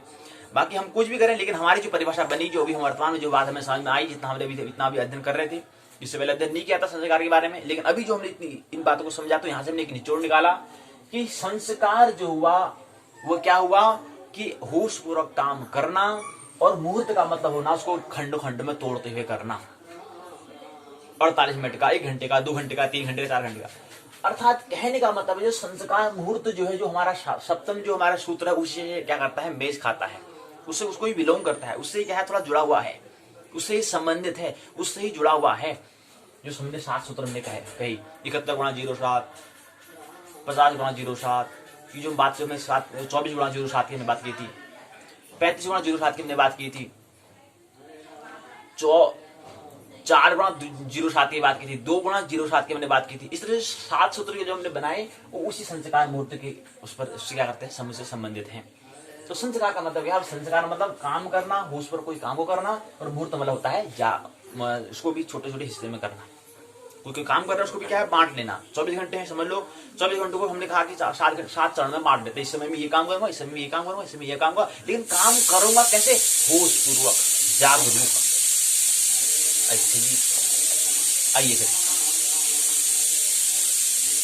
तो यहाँ पर हमने बता दिया, पहले में प्रस्ताव, संस्कार, परिभाषा, स्वरूप, डेफिनेशन और जैसे को देख रहे हैं, इसको बताने का प्रयास यहाँ पर किया। प्राचीन स्वरूप यहाँ पर दिया गया है कि प्राचीन स्वरूप में क्या था कि गर्भाधान क्या होता है कि ऋग्वेद में बताया है कि संस्कार का उल्लेख यहाँ पर नहीं है, किंतु ग्रंथों में कुछ सूक्तियों में बताया कि विवाह क्या है, गर्भाधान और अंत्येष्टि संबंधी कुछ धार्मिक कृत्यों का वर्णन यहाँ पे मिलता है। यजुर्वेद में केवल स्रोत यज्ञों का उल्लेख होता है, इसलिए इस ग्रंथ के संस्कार की विशेष जानकारी नहीं मिलती है। अथर्ववेद में विवाह, अंत्येष्टि, गर्भाधान संस्कारों का पहले से अधिक विस्तृत वर्णन में मिलता है। गोपथ और शतपथ ब्राह्मण में उपनयन, गोदान संस्कार के धार्मिक कृत्य का उल्लेख मिलता है। तैत्तिरीय उपनिषद में शिक्षा समाप्ति पर आचार्य की दीक्षांत शिक्षा मिलती है। इनके बारे में यहाँ पर पूरा बात की गई है। गृह सूत्र के संस्कार का वर्णन सबसे पहले विवाह संस्कार का उल्लेख करते हैं, इसके बाद गर्भाधान, पुंसवन, सीमंतोन्नयन, जातकर्म, नामकरण, निष्करण, अन्नप्राशन, चूड़ाकर्म, उपनयन, समावर्तन संस्कार का वर्णन करते हैं। कह रहे हैं कि गृह सूत्र के संस्कारों के वर्णन में सबसे पहले विवाह संस्कार का वो जिक्र करते हैं। वो कहते हैं पहले विवाह संस्कार होना चाहिए। ये बात भी ठीक कहते हैं, क्योंकि असली में जो विवाह संस्कार के बाद ही क्या होता है, जो नई पीढ़ी आएगा उसके लिए तो संस्कार वहां से प्रारंभ होगा ना। पहले अगर ब्याह ही नहीं होता, संस्कार कहां से प्रारंभ हो जाएगा? गर्भाधान कहां से होगा? जब ब्याह होगा तभी तो होगा। तो इसलिए कहते हैं कि पहले गर्भाधान, पहले विवाह संस्कार होना चाहिए। इस दृष्टि से मनुष्य की अलग अलग अपनी दृष्टि है। आश्रम और विवाह संस्कार, गृहस्थ और आश्रम में प्रवेश करने के बारे में बताया है, तो पूरी बात यहाँ पर दी गई है। स्मृति सूत्र में बताया है 2200 से 500 ईवी को बताया। फिर आधुनिक स्वरूप भी यहाँ पर दिया गया है, आधुनिक दृष्टि में इसके बारे में क्या है उसके बारे में बताया है। फिर इसी क्रम में आता है गौतम जो है धर्म, जो गौतम की जो बता रहे हैं 40 संस्कार बताए हैं। पहले गर्भाधान, पुंसवन, सीमंत्रण, जातकर्म, नामकरण, अन्नप्राशन, चौल, 7वां 8वां उपनयन, 9 से 12 वेद के 4 व्रतों ने बताए हैं। फिर 13वां स्नान बताया, 14वां विवाह बताया, 15 से 19 तक पंचवैदिक महायज्ञ बताए, फिर 20 से 26 तक 7 पाक यज्ञ बताए, 27 से 7 हविर यज्ञ बताए, 34 से 40 7 यूथूम यज्ञ बताए हैं। फिर मनु के अनुसार संस्कार यहाँ पर दिया गया है। फिर याग बलि के हिसाब से पंडित भीमसेन शर्मा ने अपने 16 संस्कार का यहाँ पर वर्णन किया है। गर्भाधान, गर्भावस्था में गर्भाधान, पुंसवन, सीमंतन, इन 3 संस्कार होते हैं। इन तीनों का उद्देश्य माता पिता की जीवनचर्या इस प्रकार की बनना कि बालक अच्छे संस्कारों को लेकर जन्म ले। जात कर्म, नामकरण, निष्कर्म, अन्नप्राशन, मुंडन, कर्णवेद, 6 संस्कार 5 वर्ष की आयु में समाप्त हो जाते हैं। बाल्यकाल में मनुष्य की आदतें बनती हैं, अतः ये संस्कार बहुत जल्दी रखे गए हैं। उपनयन, वेदारंभ संस्कार ब्रह्मचर्य आश्रम के प्रारंभ के साथ साथ होते हैं। समावर्तन, विवाह संस्कार गृहस्थाश्रम में प्रयुक्त होते हैं। उन्हें भी साथ में समझना चाहिए। तो ये बातें यहाँ पर दी गई है। फिर बहुत प्रश्न पूछा गया है कि संस्कार शब्द का निर्माण हुआ है किस धातु से हुआ है। अभी कहा ना प्रश्न बनेगा, तो यही तो सत्रकार में पूछा जाने वाला है। 20 अंकों में 20 प्रश्न पूछे जाएंगे, वैसे ही पूछे जाएंगे। बताओ संस्कार शब्द का निर्माण किस धातु से हुआ है। क्री से, सम से, क्री धातु से और क्रो से। तो बताएं क्री धातु से बनाएंगे। तीसरा विकल्प हम टिक कर देंगे, उसको चुनाव से इलेक्शन कर लेंगे। दूसरा है महर्षि गौतम के मत में के अनुसार कितनी संख्या है संस्कारों की। बताओ महर्षि गौतम कितने बता रहे थे। महर्षि गौतम बता रहे थे। सबसे पहले हमने बताया कि कौन ऋषि ने कहा, हमने कहा कि गौतम जो है वो 40 बताते हैं। तो गौतम के हिसाब से कितने हैं 40 संस्कार है, तो दूसरा विकल्प लग जाएगा। तीसरा आता है महर्षि मनु मत के अनुसार कितनी संख्या है। हमने कहा महर्षि जो मनु है, मनु जो बता रहे हैं, मनु के आधार पर कितने होते हैं। मनु के संस्कार यहाँ पर दिए हुए हैं। ऐसे प्रश्न पूछ देंगे कि व्यास के आधार पर बताओ, मनु के आधार पर बताओ, तो प्रश्न इस तरह से ही बनते हैं। तो मनु का अगर समझ में नहीं आ रहा तो गर्भाधान 1 2 3 4 5 6 7 8 9 10 11 12 13 संस्कार ने दिए हैं। तो पूछने के मनु के आधार पर कितने संस्कार हैं। आप विकल्प दिया हुआ है 16 होते हैं, 15 होते हैं, 13 होते हैं, 40 होते हैं, तो 13 पर टिक कर देंगे। संस्कार का अर्थ क्या होता है। संस्कार शब्द का मतलब क्या होता है। शुद्धिकरण होता है, शुद्ध करना होता है। पंडित भीमसेन शर्मा के अनुसार संस्कार की संख्या कितनी है अभी बताया हमने 16 संस्कार उन्होंने बताया। तो 15 होते हैं, 16 होते हैं, 17 होते हैं, 18, तो कितने होते हैं 16 संस्कार होते हैं। तो ये बातें ऐसे छोटे प्रश्न पूछ देंगे। संस्कार का महत्व हमारे जीवन में क्या है उसको बताने का प्रयास इस चरण में यहाँ पर किया गया है। फिर हिंदू धर्म में संस्कार का स्थान क्या है उसके बारे में बताया है। कर्म मार्ग, उपासना मार्ग और ज्ञान मार्ग उन्होंने बताया। जीवन के यदि निश्चित मार्गों में 3 बातें उन्होंने बताई है कि पहला कर्म मार्ग, दूसरा उपासना मार्ग, तीसरा ज्ञान मार्ग उन्होंने बताया है। जीवन के 3 निश्चित मार्गों ने प्रतिपादन किया है, मार्ग प्रदान किए हैं। तो मार्ग पहला कर्म का, दूसरा उपासना का, तीसरा ज्ञान का। इसी क्रम में अगला क्रम आता है संस्कारों का ह्रास क्यों हुआ, उसके बारे में ये बात हमने बता दी है। फिर सारांश में बातें यहाँ पर दी गई हैं। फिर परिभाषित शब्दावली संस्कार का मतलब होता है कि मानव को संतुलित व सम्मिलित करने हेतु किया जाने वाला ऐसा कार्य को हम संस्कार कहते हैं। लेकिन हम परिभाषा ऐसी नहीं देंगे, हम परिभाषा देंगे कि संस्कार अस्तित्व में अनिवार्यता की ओर ऐसी व्यवस्था, ऐसा मैनेजमेंट, ऐसी नीति, ऐसा नियम, ऐसा लॉज, ऐसा कानून जो अपने जीवन को महोत्सव के रूप में हम कैसे महोत्सव रूप जीवन बनाएं, उसके लिए ऐसी व्यवस्था का नाम हम संस्कार कहते हैं। ऐसी व्यवस्था, ऐसा मैनेजमेंट को हम संस्कार कहते हैं। मानव को संतुलित और संयमित करने हेतु किया जाने वाला कार्य, क्योंकि जो स्वभाव जो हमारा जो है वो है हमारा महोत्सव, आनंदित हमारा है, महोत्सव हमारा होना चाहिए। क्योंकि जीवन में क्या हो, रस आना चाहिए, रसो वैसो हमारा होना चाहिए। ये अगर हमारा नहीं हो रहा तो संस्कार काहे का संस्कार।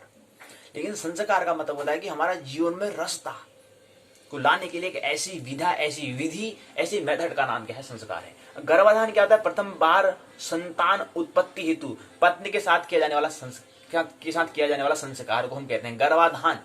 क्या होता है, विवाह होता है, संभोग होता है, उसका फिर गर्भाधान होता है। गर्भाधान कब होता है, जब हमारी जो आत्मा जो उस गर्भ में प्रवेश करती है, उससे पहले नहीं। लेकिन जितने प्रवेश करते उसे कहते हैं गर्भाधान हो गया, तो वहीं से संस्कार प्रारंभ हो जाता है। तीसरा बिंदु है पुंसवन, गर्भ के तीसरे महीने में होने वाला संस्कार को। चौथे सीमंत उन्नयन, गर्भ से दूसरे और तीसरे माह में किया जाने वाला संस्कार को सीमंत उन्नयन। तो ये संस्कार होता है। अभी संस्कार कौन समझे, छोड़ो यार, संस्कार कहाँ होते, संस्कार होते होंगे, संस्कार वो तो ऋषि मनुष्य की बात है, यहाँ कहाँ होता संस्कार, छोड़ो। तो संस्कार का मतलब होता है जो व्यक्ति अपने जीवन को उत्सव बनाना चाहेगा तो वो अपनी व्यवस्था करेगा। वो चाहे फिर 16 माने या उससे माने कोई मतलब नहीं है, वो लेकिन अपने जीवन को बनाने के लिए कुछ विभाजन करेगा। अर्थात क्या करेगा, संस्कार मुहूर्त में अर्थात अपने जीवन को वो क्या करेगा, कुछ काम करेगा, होशपूर्वक काम को करेगा, और होशपूर्वक काम करने के लिए उसको क्या करेगा, विभाग करेगा, बांटेगा इस समय में, ताकि मेरा क्या हो, एक होशपूर्वक जीवन में जी सकूं, एक जागरूक में एक बुद्धत्व को प्राप्त कर सकूं, महोत्सव जीवन में जी सकूं, रसो वैसे में हो सकूं, एक झूमना नाचना गाना मेरा जीवन में एक रस मेरा हो, एक हंसता हुआ मेरा चेहरा हो, खिलता हुआ मुस्कान मेरे चेहरे में हो, फीस में हो। ऐसे के लिए वो क्या करेगा, संस्कार को समझेगा, और संस्कार समझने के बाद उसको अपने जीवन में धारण करेगा, फिर अपना हिसाब से जो अपनी जो स्वभाव के अनुरूप जो वैसे संस्कारों बनाएगा।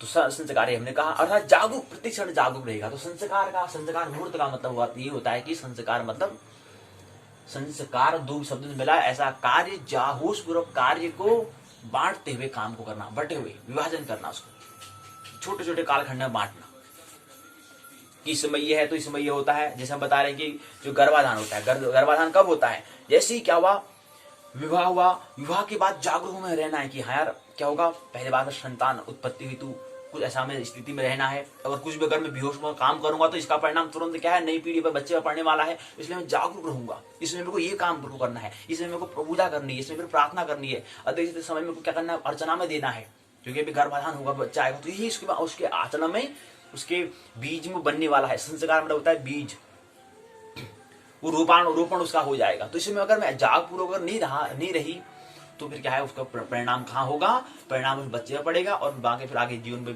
क्या होगा, फिर उसका जीवन जब बना होगा तो फिर रस हो वैसा हो, जो हम रस कह रहे हैं वो रस निरस हो जाएगा, जो रस की हम बात करें तो निरस हो जाएगा। इसलिए तो क्या करना है, विवाह हो चुका है तो मैं जागरूक रहूंगी, तो इसमें मेरे को ये काम करना है, पूजा अर्चना में ज्यादा समय व्यतीत करना है, क्योंकि अब आने 9 महीने में फिर नई पीढ़ी आएगी, तो उसको अभी मेरे को क्या देना है, 9 महीने कम से कम 1 साल में क्या करना है, पूरी पूजा अर्चना में अधिक समय को देना है, फिजूल की बातें मेरे को नहीं करनी है, प्रेम में मस्त रहना है, संगीत सुनना है, अच्छे से मेरे को भजन कीर्तन मेरे को करना है, मस्त रहना है, नृत्य में झूमना है, ताकि क्योंकि नया जीवन आ रहा है, नई पीढ़ी आ रही है, तो यही क्या है, वो उसी जीवन में जिस दिन विवाह हुआ उस दिन से प्रारंभ कर देना। लेकिन ये विवाह के लिए भी क्या होता है, इससे पहले ही क्या करना है कि जब विद्यारंभ जब करते हैं वहीं से क्या करते हैं, उसको अपने जीवन को क्या करें, बांट दे, उसको भी जागरूक जीवन जीने के लिए क्या करें, उसका विभाजन कर दे, तो इसका नाम संस्कार है। फिर संस्कार जो ऋषि मुनियों ने कहा कि गर्भाधान होता है, पुंसवन होता है, सीमोन्नयन होता है, ये बात ही बात है, लेकिन एक स्थिति तो होती है ना। अब समझो कि हम कहते हैं कि एक संस्कार में नामकरण संस्कार आता है, अगर संस्कार को चलो हटा देते हैं एक दफा, उस व्यक्ति को किस नाम से बुलाएंगे, तो ये नामकरण संस्कार मतलब एक ऐसी व्यवस्था कि उसको कुछ नाम तो देना पड़ेगा, तो उसके लिए एक ऐसा व्यवस्था, उसको इस समय इतना साल का हो, इतने दिन का हो जाएगा, तो उसका नाम रखेंगे, उस दिन से उसको नाम से पुकारना शुरू करेंगे, तो किस नाम से पुकारेंगे, उस चीज को हमें ख्याल रखते हुए संस्कार की महत्ता को समझना चाहिए। फिर 2 प्रश्न यहाँ पूछे गए हैं, जो बहुत प्रश्न पूछे गए जिसको उत्तर यहाँ पर दिए गए हैं, बहुत संदर्भ के अंदर सूची और निबंधात्मक प्रश्न। संस्कार को अब बड़ा प्रश्न बनेगा, यही से हमें छोटा और बड़ा 2 प्रश्न हमें तैयार करना है। संस्कार को परिभाषित करते हुए उसका विस्तार पर उल्लेख कीजिए, तो पहला बना। दूसरा था विभिन्न मतों अनुसार संस्कार के प्रकार का वर्णन कीजिए, तो संस्कार को बताइए। संस्कार के प्रथम जो हमारा जो गर्भस्थ संस्कार जो है, जो 9 संस्कार दिए गए हैं, 3 को अंतः गर्भ कहा और 6 को हमने बहिर्गर्भ कहा, उसका उल्लेख कीजिए, तो छोटा प्रश्न बन जाएगा। अगर मैं कहेंगे संस्कार को परिभाषित करते हुए विस्तार पर वर्णन करोगे, 16 संस्कार के बारे में बताओ, एक अंक के बनाओगे, तो वो तुम्हारा 15 अंक का क्या होगा, बड़ा प्रश्न तैयार हो जाएगा। तो यहीं पर क्या है, इकाई क्या है, पहली पूर्ण होती है। आइए दूसरी इकाई में 16 संस्कार को संक्षिप्त में देखते हैं, फिर पाठशाला को विराम दें, फिर दूसरे पाठशाला के पहले भाग में प्रवेश करें, पाठशाला का भाग 2 को विराम दें, पहले 16 संस्कार को संक्षिप्त में देखते हैं। तो सब बात समझ में आ चुकी है, हमें कुछ बातें समझ नहीं होती, कुछ बातें हमें अपना चेहरा दिख जाना होता है कि उसका मतलब क्या है, बाकी फिर वो बात हमें समझ में आती है। गर्भाधान, सीमंत्रण, गर्भाधान, पुंसवन, सीमंत्रण, जात कर्म, नामकरण, निष्क्रमण, अन्नप्राशन, चूड़ा कर्म, कर्णवेद, विद्यारंभ, उपनयन संस्कार, वेदारंभ, केशांत, समावर्तन, विवाह, अंत्येष्टि। अब यहाँ कोई कहते हैं विवाह 13वां नंबर का संस्कार होता है। अब कोई व्यक्ति कहते हैं कि पहले नंबर का विवाह संस्कार होता है, लेकिन भाई तुम संस्कार तो समझो, संस्कार है क्या, उसको समझो। संस्कार मतलब होता है कि जो अनिवार्य, जो अस्तित्व की जो अनिवार्यता है उसको ख्याल में रखते हुए कुछ कार्य करना, अर्थात जागरूक। जो अस्तित्व क्या है कि हम जागरूक रह के कोई काम करना, होश पूर्वक काम करना, उसको हम कहते हैं संस्कार। आपको इसको विवाह को 13 माने कि 15 माने से क्या फर्क, या पहला माने, इससे कोई फर्क नहीं पड़ता। लेकिन आप होशपूर्वक जीवन जिएंगे तो होशपूर्वक जीवन जीने के लिए हमें कुछ नियम, कुछ लॉ, हमारे कानून हमारे होने चाहिए अपने के लिए। कि इस समय सुबह का समय है तो सुबह का योगासन करूंगा, सुबह का समय है तो उसको मैं इसमें ये काम करूंगा। वही सप्तम सूत्र की हम बात करें, उससे ही संबंधित संस्कार है। इसी मतलब बात हमें ख्याल समझना आ रही है, ये बात कहने का मतलब ये है। अब इसको संक्षिप्त में समझ लेते हैं कि 16 संस्कार क्या है। दूसरी इकाई 16 संस्कार हो गया। संरचना, प्रस्तावना, उद्देश्य, 16 संस्कार का परिचय होगा, उसका नाम का उसका उल्लेख, बोध प्रश्न, सारांश, पारिभाषिक शब्दावली, बोध प्रश्न का उत्तर, संदर्भ निबंधात्मक प्रश्न यहाँ पर दिए गए। संस्कार शब्द का अवश्य अगर आमतौर पर कोई प्रश्न पूछा जाएगा तो शुद्धिकरण होता है। अगर आमतौर पर बात की तो हम अपनी बात को समझने के लिए कह रहे हैं, लेकिन आप औपचारिकता का भी पूछ ले, विकल्प पूछ लेंगे नामकरण का मतलब, जो संस्कार शब्द है, संस्कार का मतलब क्या होता है, तो वहां विकल्प दे देंगे तो वहां शुद्धिकरण हमें टिक करना पड़ेगा, चुनाव इलेक्शन करना पड़ेगा। लेकिन अपनी भाषा में किसी दूसरे व्यक्ति को समझाने के लिए, अपने आप को समझने के लिए हम क्या कहेंगे, संस्कार का मतलब होता है जागरूक कर्म करना, होश पूर्वक काम करना का नाम ही संस्कार है। ये अपने हिसाब से यानी जागरूकता हम कहें, संस्कार को कहें, जागरूकता भी हम कर सकते हैं, लेकिन वैसे शुद्धिकरण हम कहें। इस मतलब योग के माध्यम से कहें तो यहाँ पर शुद्धिकरण कहना पड़ेगा, लेकिन अपने पाठ्यचर्या के माध्यम से तो हम कहेंगे जागरूक, होश। शुद्धिकरण इसका मतलब होता है 16 संस्कार होते हैं। 16 संस्कार का मतलब होता है 16 मतलब होता है 16, संस्कृत शब्द है उस वैसे, और हिंदी में उसको 16 कहते हैं संस्कार, गर्भाधान से लेकर के अंत्येष्टि तक। फिर उद्देश्य दिया हुआ है परिभाषा, महत्व को विभेदन निरूपण करने में, स्वरूप वर्णन में, संबंध को निरूपण करने में, ये 5 यहाँ पर उद्देश्य दिए गए हैं। 16 संस्कार का परिचय। संस्कार श्रम और पहले में कृत धातु के श्रम पूर्वक, संस्कार जो शब्द है उसमें सम पूर्वक कृत धातु से, सम पूर्वक कृत धातु से घ्यों प्रत्यय करके निष्पन्न बना है। यानी कि 3 चीजों से मिलकर बना हुआ है जी। यहां पर घ 3 चीजें, यहां पर सम पूर्वक मतलब पहले इनके सम उपसर्ग हो गया, कृत धातु हो गया, घ्यों प्रत्यय हो गया जी। यहां पर प्रत्यय भी लगा बना हुआ है। एक चीज और आती है इसमें, वो आती है प्रत्यय, घ्यों। एक आता है घ्यों प्रत्यय से मिलकर बना हुआ है। 3 चीज यहाँ पर है, यहाँ पर प्रत्यय की बात हो रही है। घ्यों प्रत्यय से मिलकर बना हुआ है, तो घ्यों प्रत्यय से मिलकर बना हुआ है। तो 3 चीजें हैं कि प्रत्यय से मिलकर बना हुआ है, ये भी ध्यान दें। तो इसमें 3 चीजें होती हैं, उपसर्ग, सम उपसर्ग हो गया, कार जो है वो कृत धातु से मिलकर बना हुआ है, और प्रत्यय जो होगा किससे, घ्यों प्रत्यय से मिलकर बना हुआ है। अभी बात अभी समझ में नहीं आएगी, संस्कृत साहित्य वहां पर समझेंगे इसको, लेकिन फिर आगे समझ लेंगे 3 चीजों मिलकर बना है। संस्कार शब्द का प्रयोग अनेक अर्थों में किया जाता है। संस्कृत की भाषा में अगर देखें तो वहां पर इसका मतलब होता है शिक्षा, संस्कृति, प्रशिक्षण, सौजन्यपूर्णता, व्याकरण संबंधी शुद्धिकरण, संचकरण, परिष्करण, शोभाभूषण, प्रभाव, स्वरूप, स्वभाव, क्रिया, फल शक्ति, शुद्धि क्रिया, धार्मिक विधि विधान, अभिषेक, विचार, भावना, धारणा, कार्य, परिणाम, क्रिया, विशेषता आदि अर्थों में किया जाता है। संस्कार शब्द का अपने विशिष्ट अर्थ समूह में व्यक्त करता है। वो तो संपूर्ण अर्थ इस शब्द में समाहित हो गए हैं। अतः संस्कार शारीरिक, मानसिक और बौद्धिक शुद्धि के लिए किया जाता है। इधर अनुष्ठानों का श्रेष्ठ आचरण होता है। तो संस्कार दो रूप होते हैं, एक आंतरिक होता है, एक बाह्य होता है। हमने कहा एक आंतरिक और बाह्य दो होते हैं। बाह्य रूप का नाम है रीति रिवाज, और आंतरिक रूप का नाम है तो बाह्य रूप का भी रीति रिवाज जो होता है वो भी संस्कार के अंदर आता है कि रीति क्या रिवाज है।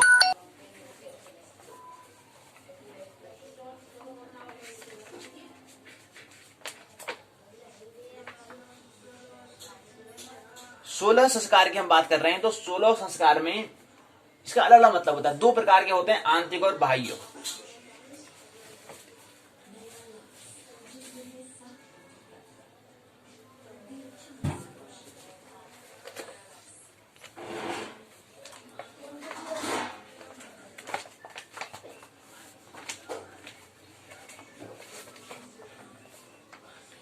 अलग अलग हिसाब से आप बताएं तो आंतरिक रूप से जीवनचर्या की हम बात करते हैं। जीवनचर्या, जीवन के जीवन जीने का ढंग।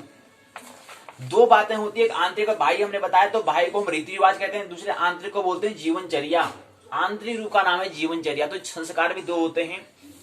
अगर समाज में रहेंगे तो वहां पर रीति रिवाज क्या है, कौन सा हमें आचरण करना है, किस तरह से हमें ढंग में रहना है, उसके बाद और अपने आंतरिक के लिए हमें अपने जीवन में ढंग के लिए अपने आप को मस्त रहने के लिए, जैसे हम कहते हैं ना, आमतौर पर हम कहीं पर जाते हैं तो वहां कहीं पर जाएंगे तो थोड़ा बन ठन के जाते हैं, हाँ थोड़ा अच्छे कपड़े होने चाहिए, वहां पर समाज में रीति रिवाज में तो क्या कहेंगे, यार भद्दा बना ये बना है।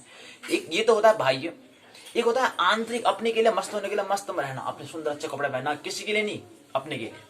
तो दो संस्कार यहाँ पर होते हैं, एक आंतरिक बाह्य। और वैसे जीवन तो ये हमारा आंतरिक के लिए है, अपने जीवन में रस लाने के लिए, अपने आप में मस्त रहने के लिए, आत्मरमण के लिए समय है।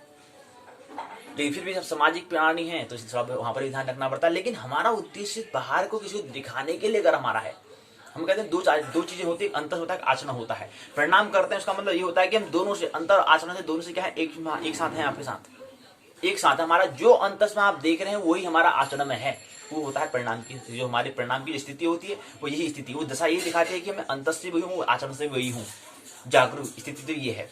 लेकिन क्या ऐसी स्थिति सभी की है, वो व्यक्ति पर निर्भर करेगा, उसकी स्तर की दशा पर निर्भर करेगा। तो वही यहाँ पर आंतरिक और हम बात कर रहे हैं। तो हमारा कोई, हम अगर अपना बंधन हमारा अगर बन रहे हैं, ढल रहे हैं, दूसरों को दिखाने के लिए बन रहे हैं, हमारा आचरण में दिखा रहे कि ऐसे हैं जैसे हमने मेरा पूरा पद पा लिया और अंतस में ऐसा है, कुछ और है, तो ये हमारी दृष्टि है, जो हमारी यात्रा है वो बहिर् यात्रा है। इसमें कुछ हल होने वाला, इससे कुछ सर्जन होने वाला नहीं है, इससे कुछ आनंद भी मिलने वाला नहीं है, क्योंकि दूसरों पर आप दूसरों पर निर्भर हो। स्वावलंबी कब बनोगे फिर इस जीवन में? अगर स्वावलंबी आप नहीं बने तो कब बनोगे स्वावलंबी? तो ये चीज है। तो 16 संस्कार का यहाँ पर नाम दिया हुआ है।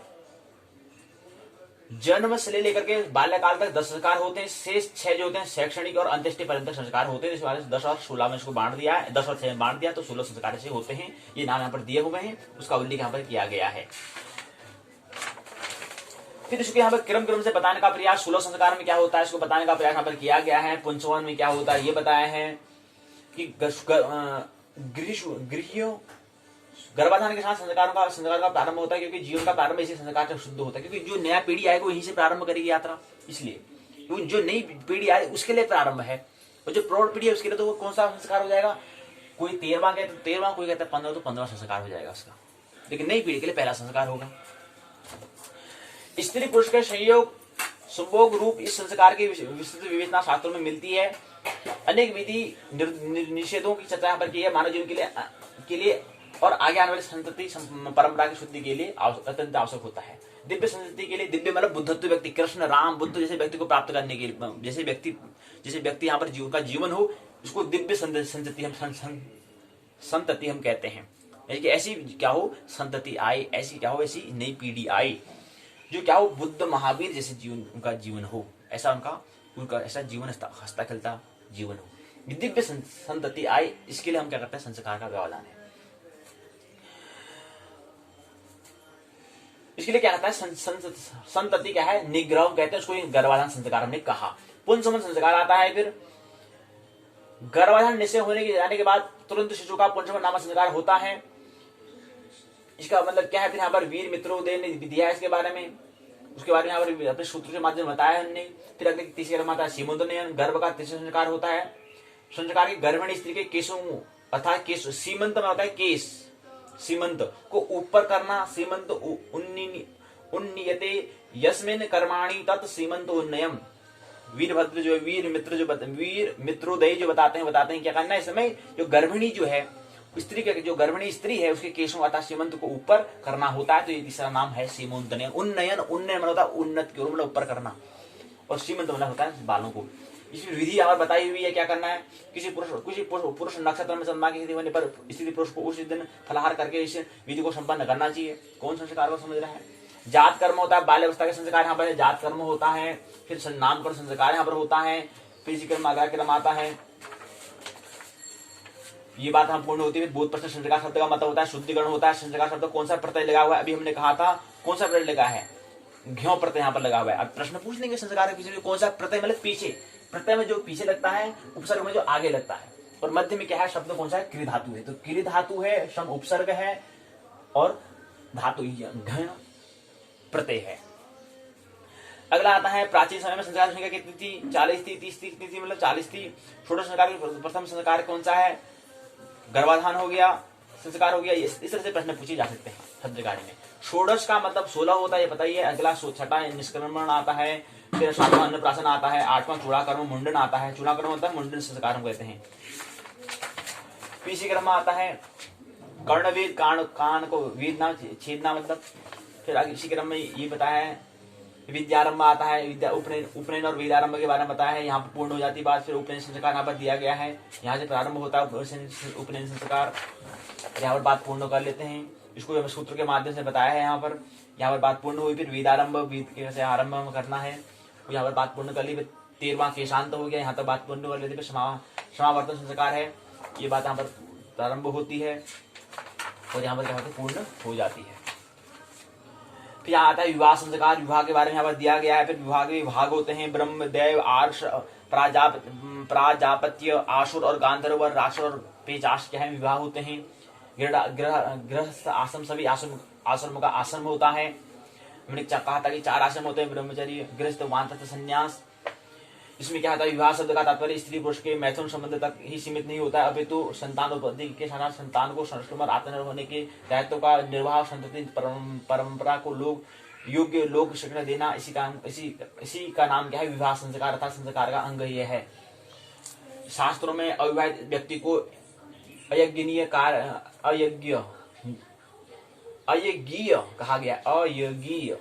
गया है।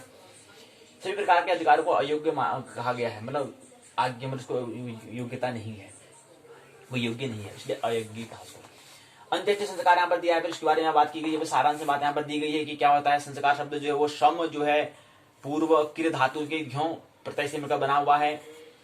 संस्कार शब्द का प्रयोग अनेक अर्थों में किया जाता है, ये हमने कहा कि यहाँ बात सारांश बात दी गई है। इसकी बात यहाँ पर पूर्ण यहाँ पर बताया कि 16 संस्कार होते हैं, ये बात यहाँ पर सारांश को पूर्ण कर दिया। फिर पारिभाषिक शब्दावली है, तो जो कोई शब्द दिए हैं उसकी परिभाषा की गई है। संस्कार का मतलब होता है कि सनातन परंपरा में मानव मात्र का उसके जीवन को संयमी और संतुलित रखने हेतु आद्योपांत किया जाने वाला कार्य को हम संस्कार कहते हैं। 16 संस्कार होते हैं। गर्भाधान प्रथम संस्कार होता है। इस संस्कार में जब तक गर्भ में आता है, जब शरीर की जो व्यवस्था करी उसमें फिर जो आत्मा प्रवेश करती है, उसके बाद जो समझो संस्कार प्रारंभ होता है वो होता है गर्भाधान।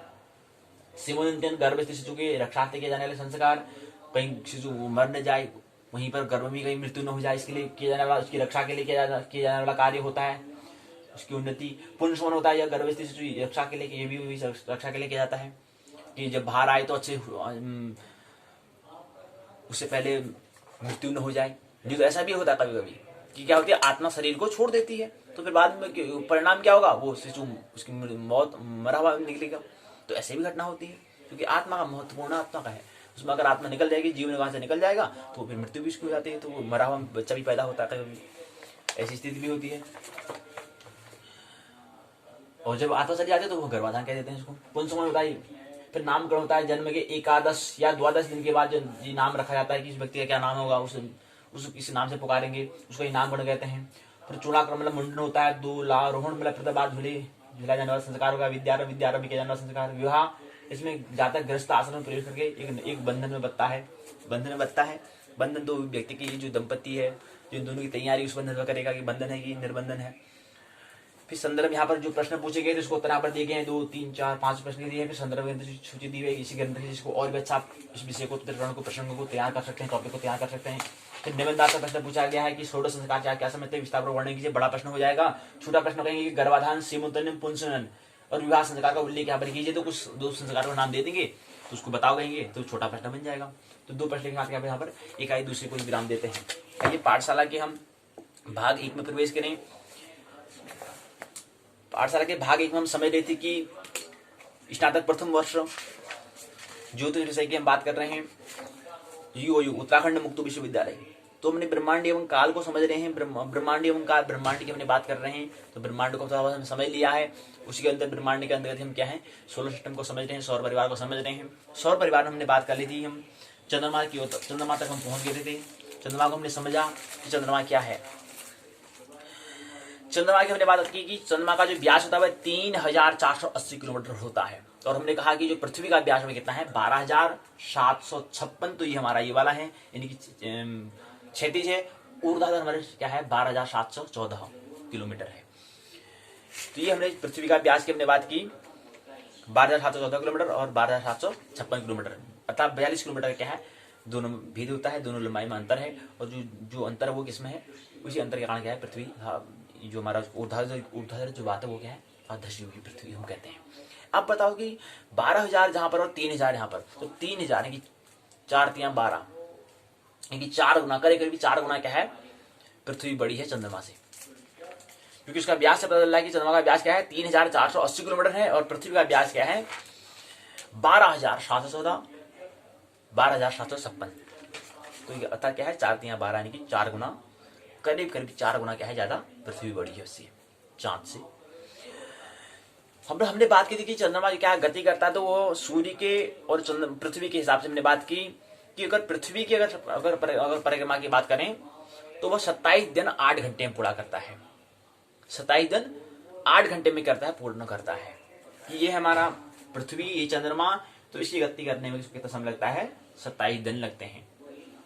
लेकिन अगर ये चंद्रमा क्या है गति करते करते यहाँ पर क्या है सूर्य है, इसकी गति करता है, तो गति करने में कितना समय लगता है इसको 29 दिन 12 घंटे 44 मिनट 2.8 सेकंड का समय लगता है। क्योंकि थोड़ा उसका क्या आ जाएगा, इसलिए यहाँ पर 27 तो यहाँ पर 29 दिन क्यों जा रहे हैं, क्योंकि उसका थोड़ा पाथ जो पृथ्वी से थोड़ा पाथ जो है सूर्य का बड़ा है, क्योंकि थोड़ा उसको ज्यादा यात्रा करनी पड़ती है। चंद्रमा सा नजदीक है, उसका जो पाथ होगा छोटा होगा, और ऐसे ही फिर इन दोनों की बात करके ऐसे करके घूमे तो ये थोड़ा बड़ा पाथ होगा, तो जो थोड़ा ज्यादा समय लगता है। कि सूर्य का और पृथ्वी का जो चारों ओर परिक्रमा करने में उसमें समय अंतर इसलिए लगता है क्योंकि थोड़ा क्या है उसकी पथ जो है वो बड़ा है, थोड़ा ज्यादा चलना पड़ता है, इसलिए ज्यादा समय लग रहा है। वहाँ 27 दिन 8 घंटे में पूरा हो जा रहा है, पृथ्वी का एक चक्कर पूरा हो जा रहा है, और वहां पर क्या हो जा रहा है 29 दिन 12 घंटे 44 मिनट 2.8 सेकंड का समय लग रहा है। अर्थात 29.53 दिन का दिन लगता है, और रात्र होते हैं 29 दिन लगते हैं और 5.53 दिन लगते हैं, कभी 29.5 दिन हम कह सकते हैं, 29.5 दिन लगते हैं। और इसी को हम कहते हैं चंद्रमास या साइडोडिक्स मास हम कहते हैं। नक्षत्र समय के दृष्टिकोण से चंद्रमा का लगभग 27 दिन 7 घंटे 43 मिनट 11 सेकंड की अवधि है। अब नक्षत्रों के हिसाब से करें तो तारों के हिसाब से करें तो और जो तारे हैं उसके हिसाब से 27 दिन 7 घंटे 43 मिनट का समय और 11 सेकंड का समय लगता है, ये हम कह रहे हैं। इसको हम नक्षत्र मास कहते हैं। ये पुनः उसी स्थिति में होता है। ज्वार उठने के लिए हमें अपेक्षित सौर और चंद्र की शक्तियों का अनुपात 11.5 होना चाहिए, तो ज्वार कहते हैं। अपोलो के अंतर्गत यात्रियों द्वारा लाई गई चट्टानों से पता चलता है कि चंद्रमा भी उतना ही पुराना है जितना पृथ्वी, यानी कि 460 करोड़ वर्ष इतनी क्या है, क्योंकि क्या है चंद्रमा 460 करोड़ वर्ष पूर्ण है, मतलब 4 अरब की हम बात कर रहे हैं, 4.5 अरब की हम बात करते हैं, 4.5 अरब वर्ष पहले पृथ्वी बनी थी। तो ये कह रहे हैं कि यानी कि 4.5 अरब पहले पृथ्वी बनी थी, यानी कि 4 अरब 60 करोड़ पहले क्या थी पृथ्वी बना, पृथ्वी से क्या है ये चंद्रमा बना है। इसलिए कह रहे हैं कि समयावधि उसके समानुपान है। इन चट्टानों के जो चट्टान जो लाए थे, चट्टान जो हमने जो गणना करी, जो हमने देखा, तो उनकी जो उसका जो समयावधि जो है वो पृथ्वी की समयावधि के बराबर है। तो अर्थात 46 बिलियन ईयर भी हम कह सकते हैं। 4 अरब 60 करोड़ 4.6 अरब। तो इसी क्रम में हमने बात की सुपर मून की, हम बात करते हैं। चंद्रमा और पृथ्वी के बीच का औसतन दूरी कितनी है। अब हमने कल बात की कि पृथ्वी से सूर्य की दूरी कितनी है, करीब 15 करोड़ की हमने बात की। 15 करोड़ की दूरी पर सूर्य स्थित है और आने में वहां प्रकाश पाने में लगता है 8 मिनट 22 सेकंड का समय लगता है सूर्य की रोशनी को आने में। और उसका दूसरा जो तारा जो सूर्य जो है वह करीब 4 ईयर, मतलब जहां से प्रकाश पाने में 4 साल लग जाते हैं। तीसरा तारा उससे और दूर है, यानी कि वहां से प्रकाश पाने में 9 साल लग जाते हैं, प्रकाश को आने में 9 साल लग जाते हैं। एक तारा हमारा नजदीक है, उसको वहां से प्रकाश को आने में 8 मिनट लगते हैं। एक तारा दूसरे नंबर का, उसको आने में 4 साल लग जाते हैं। ये जो सूर्य दिख रहा है यहाँ से तो आने में केवल 8 मिनट का समय लग रहा है, लेकिन जो दूसरा तारा है उसको वहां से प्रकाश आने में 4 साल का लग रहा है। और उसी वजह से तीसरा जो तारा उसको आने में 9 साल का वक्त लग रहा है। और ऐसी जब रात को देखते तो इतने सारे तारे होते हैं, उनके प्रकाश को आने में कितना समय लगता होगा, कितने ईयर, कितने साल लग जाते होंगे प्रकाश को आने में। प्रकाश की गति कितनी होती है? 1 सेकंड में 3 लाख किलोमीटर, 3 लाख किलोमीटर की दर से चलते हैं। इतनी स्पीड से क्या है प्रकाश गति करता है, लेकिन फिर भी इतना समय लग जा रहा है। तो इसी के आधार पर हमने कहा कि सूर्य हमसे क्या है 15 करोड़ दूर हमारे स्थित है। तो चंद्रमा और पृथ्वी के बीच की दूरी कितनी है फिर? क्योंकि चंद्रमा तो क्या है सूर्य से नजदीकी है, तो कितना दूर है? वो कहते हैं कि 3 इकाई दहाई सैकड़ा हजार 3,84,402 किलोमीटर दूर है। इतना दूर है। औसतन दूरी जो कह रहे हैं वो 3,84,365 किलोमीटर। सुपर मून यानी कि 3 लाख के करीब, 3 लाख के करीब 4 लाख हम करीब कह सकते हैं, 84,000 है तो करीब करीब क्या है 3-4 लाख के करीब हम कह सकते हैं। क्योंकि क्या है दशमलव क्या है, दशमलव 5 से अगर हमारी संख्या 6 बड़ी है, 7 बड़ी, 8 बड़ी है तो इसलिए करीब 4 लाख हम कह सकते हैं। लेकिन फिर भी बड़ा ही होता तो हम कहेंगे 3,84,402 किलोमीटर दूर स्थित है हमारा चंद्रमा। 3,84,402 किलोमीटर दूर है, इतने का फासला है। सुपरमून चंद्रमा पृथ्वी के सबसे निकट होता है तो उस स्थिति को हम सुपरमून कहते हैं। इसे पेरिजी फुल मून भी कहते हैं। इसमें चांद क्या है 14% ज्यादा बड़ा हमें दिखाई देता है तथा 30% अधिक चमकीला हमें दिखाई देता है। यानी कि 14% हमें 57% में प्रतिदिन पूर्णिमा में दिखता है, लेकिन 57 में अगर 14% और थोड़ा नदी आ गया तो और थोड़ा हमें दिखाई देता है। जैसे हम कोई फोटो देखते हैं जूम करते और बड़ा दिखाई देता है, बड़ा करने में, जूम करने में। ऐसी चांद थोड़ा नजदीक थोड़ा आ जाता है, उसमें थोड़ा उसकी तो 14% ज्यादा हमें दिखाई देता है। 57 में 14 जोड़ेंगे तो 57, 67, 72 करीब प्रतिशत हमें आ जाता है। 71% हमें ज्यादा दिखाई देता है। 31/1/2018 को सुपर ब्लू बर्ड मून था।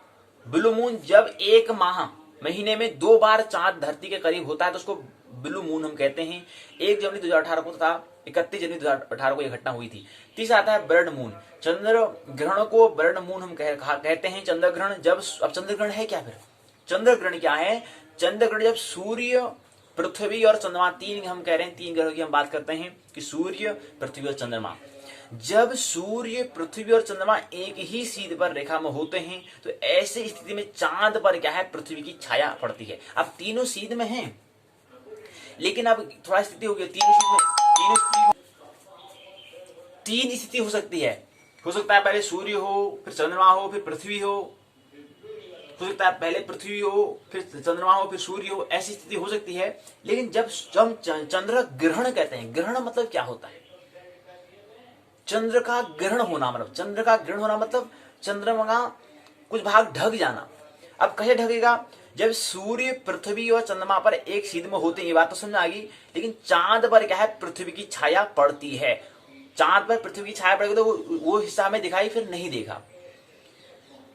सूर्य की जो सूर्य का जो प्रकाश, सूर्य के प्रकाश से क्या चंद्रमा और पृथ्वी दोनों प्रकाशित हो रहे हैं, प्रकाशमान हो रहे हैं, ये हम समझते हैं। लेकिन इसके बीच में क्या है, अगर पृथ्वी अगर आ जाए, चंद्रमा यहाँ पर है, पृथ्वी यहाँ पर है, सूर्य यहाँ पर है, तो सूर्य यहाँ से प्रकाश यहाँ पर आना बंद हो जाएगा तो उसे क्या कहेंगे? हम कहेंगे हाँ चंद्र ग्रहण है यार। अर्थात चंद्र को ग्रहण मतलब चंद्र को ढक दिया है।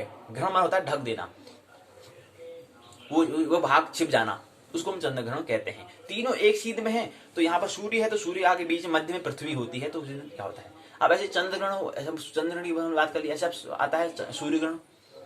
सूर्य ग्रहण में क्या होता है? सूर्य ग्रहण में क्या होता है?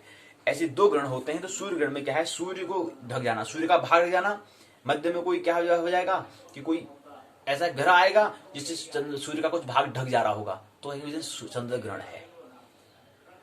अब कौन सा ग्रह आएगा वो आप विचार आप करेंगे। तो super moon, blue moon, blood moon, अर्थात सुपर ब्लू ब्लड मून हमने कहा 3,84,402 किलोमीटर होती है सामान्य तौर पर पृथ्वी और चंद्रमा के बीच की दूरी। तो 3,84,402 सामान्य तौर क्या है, जो आम दूरी उसकी है। लेकिन जब सुपर ब्लू ब्लड मून होता है तब चंद्रमा का जो है अर्थात 3,84,402 किलोमीटर में 50,000 दूरी को हम और उसको हम ऋण कर दें तो दूरी आती है 3,34,402 किलोमीटर की दूरी पर होता है। और नजदीक आता है तो हमें 2-3 स्थिति हमें दिखाई देती है। चंद्रमा पृथ्वी 31 जनवरी 2018 को 50,000 किलोमीटर पृथ्वी के और करीब चंद्रमा था। 2018 की जब बात करें, 2018 का जब जनवरी का महीना था, 31 तारीख तिथि थी, उस दिन क्या था, 50,000 किलोमीटर पृथ्वी की ओर चंद्रमा और नजदीक आ गया था। तो उस दिन उसका भाग और हमें दिखाई दे रहा था। उस दिन में 70-71% भाग उसका चंद्रमा का भाग हमें दिखाई दिया। चंद्रमा क्या है, 46,000 किलोमीटर दूर से दूरी नहीं, चंद्रमा जो है 46,000 किलोमीटर से दूर नहीं जाता है, कम से उसका जितनी दूर नहीं जाता है, और कम से कम अधिक नजदीक क्या है, इतने दूर नहीं जाता है। मतलब चंद्रमा जो है वो कभी पास भी आता है, कभी दूर भी आता है, कहने का मतलब है। तो पास कितना आया था, 50,000 किलोमीटर, इतनी दूरी नजदीक आ गया था वो। जो हम पहले हम फासला बता रहे थे, जो आम फासला क्या है, आम जो दूरी कितनी है, 3,84,402 किलोमीटर के फासले में क्या है, पृथ्वी और चंद्रमा के बीच में फासला इतना है, इतना अंतराल है, इतना बीच में गैप है, 3,84,402 किलोमीटर। लेकिन क्या है, जब 2018 की हम बात कर रहे थे, जनवरी का महीना था, 31 थी, उस दिन क्या हुआ, पृथ्वी के इतने नजदीक आ गया था, मतलब 50,000 किलोमीटर नजदीक, उसमें इतनी दूरी और आगे आ गया था।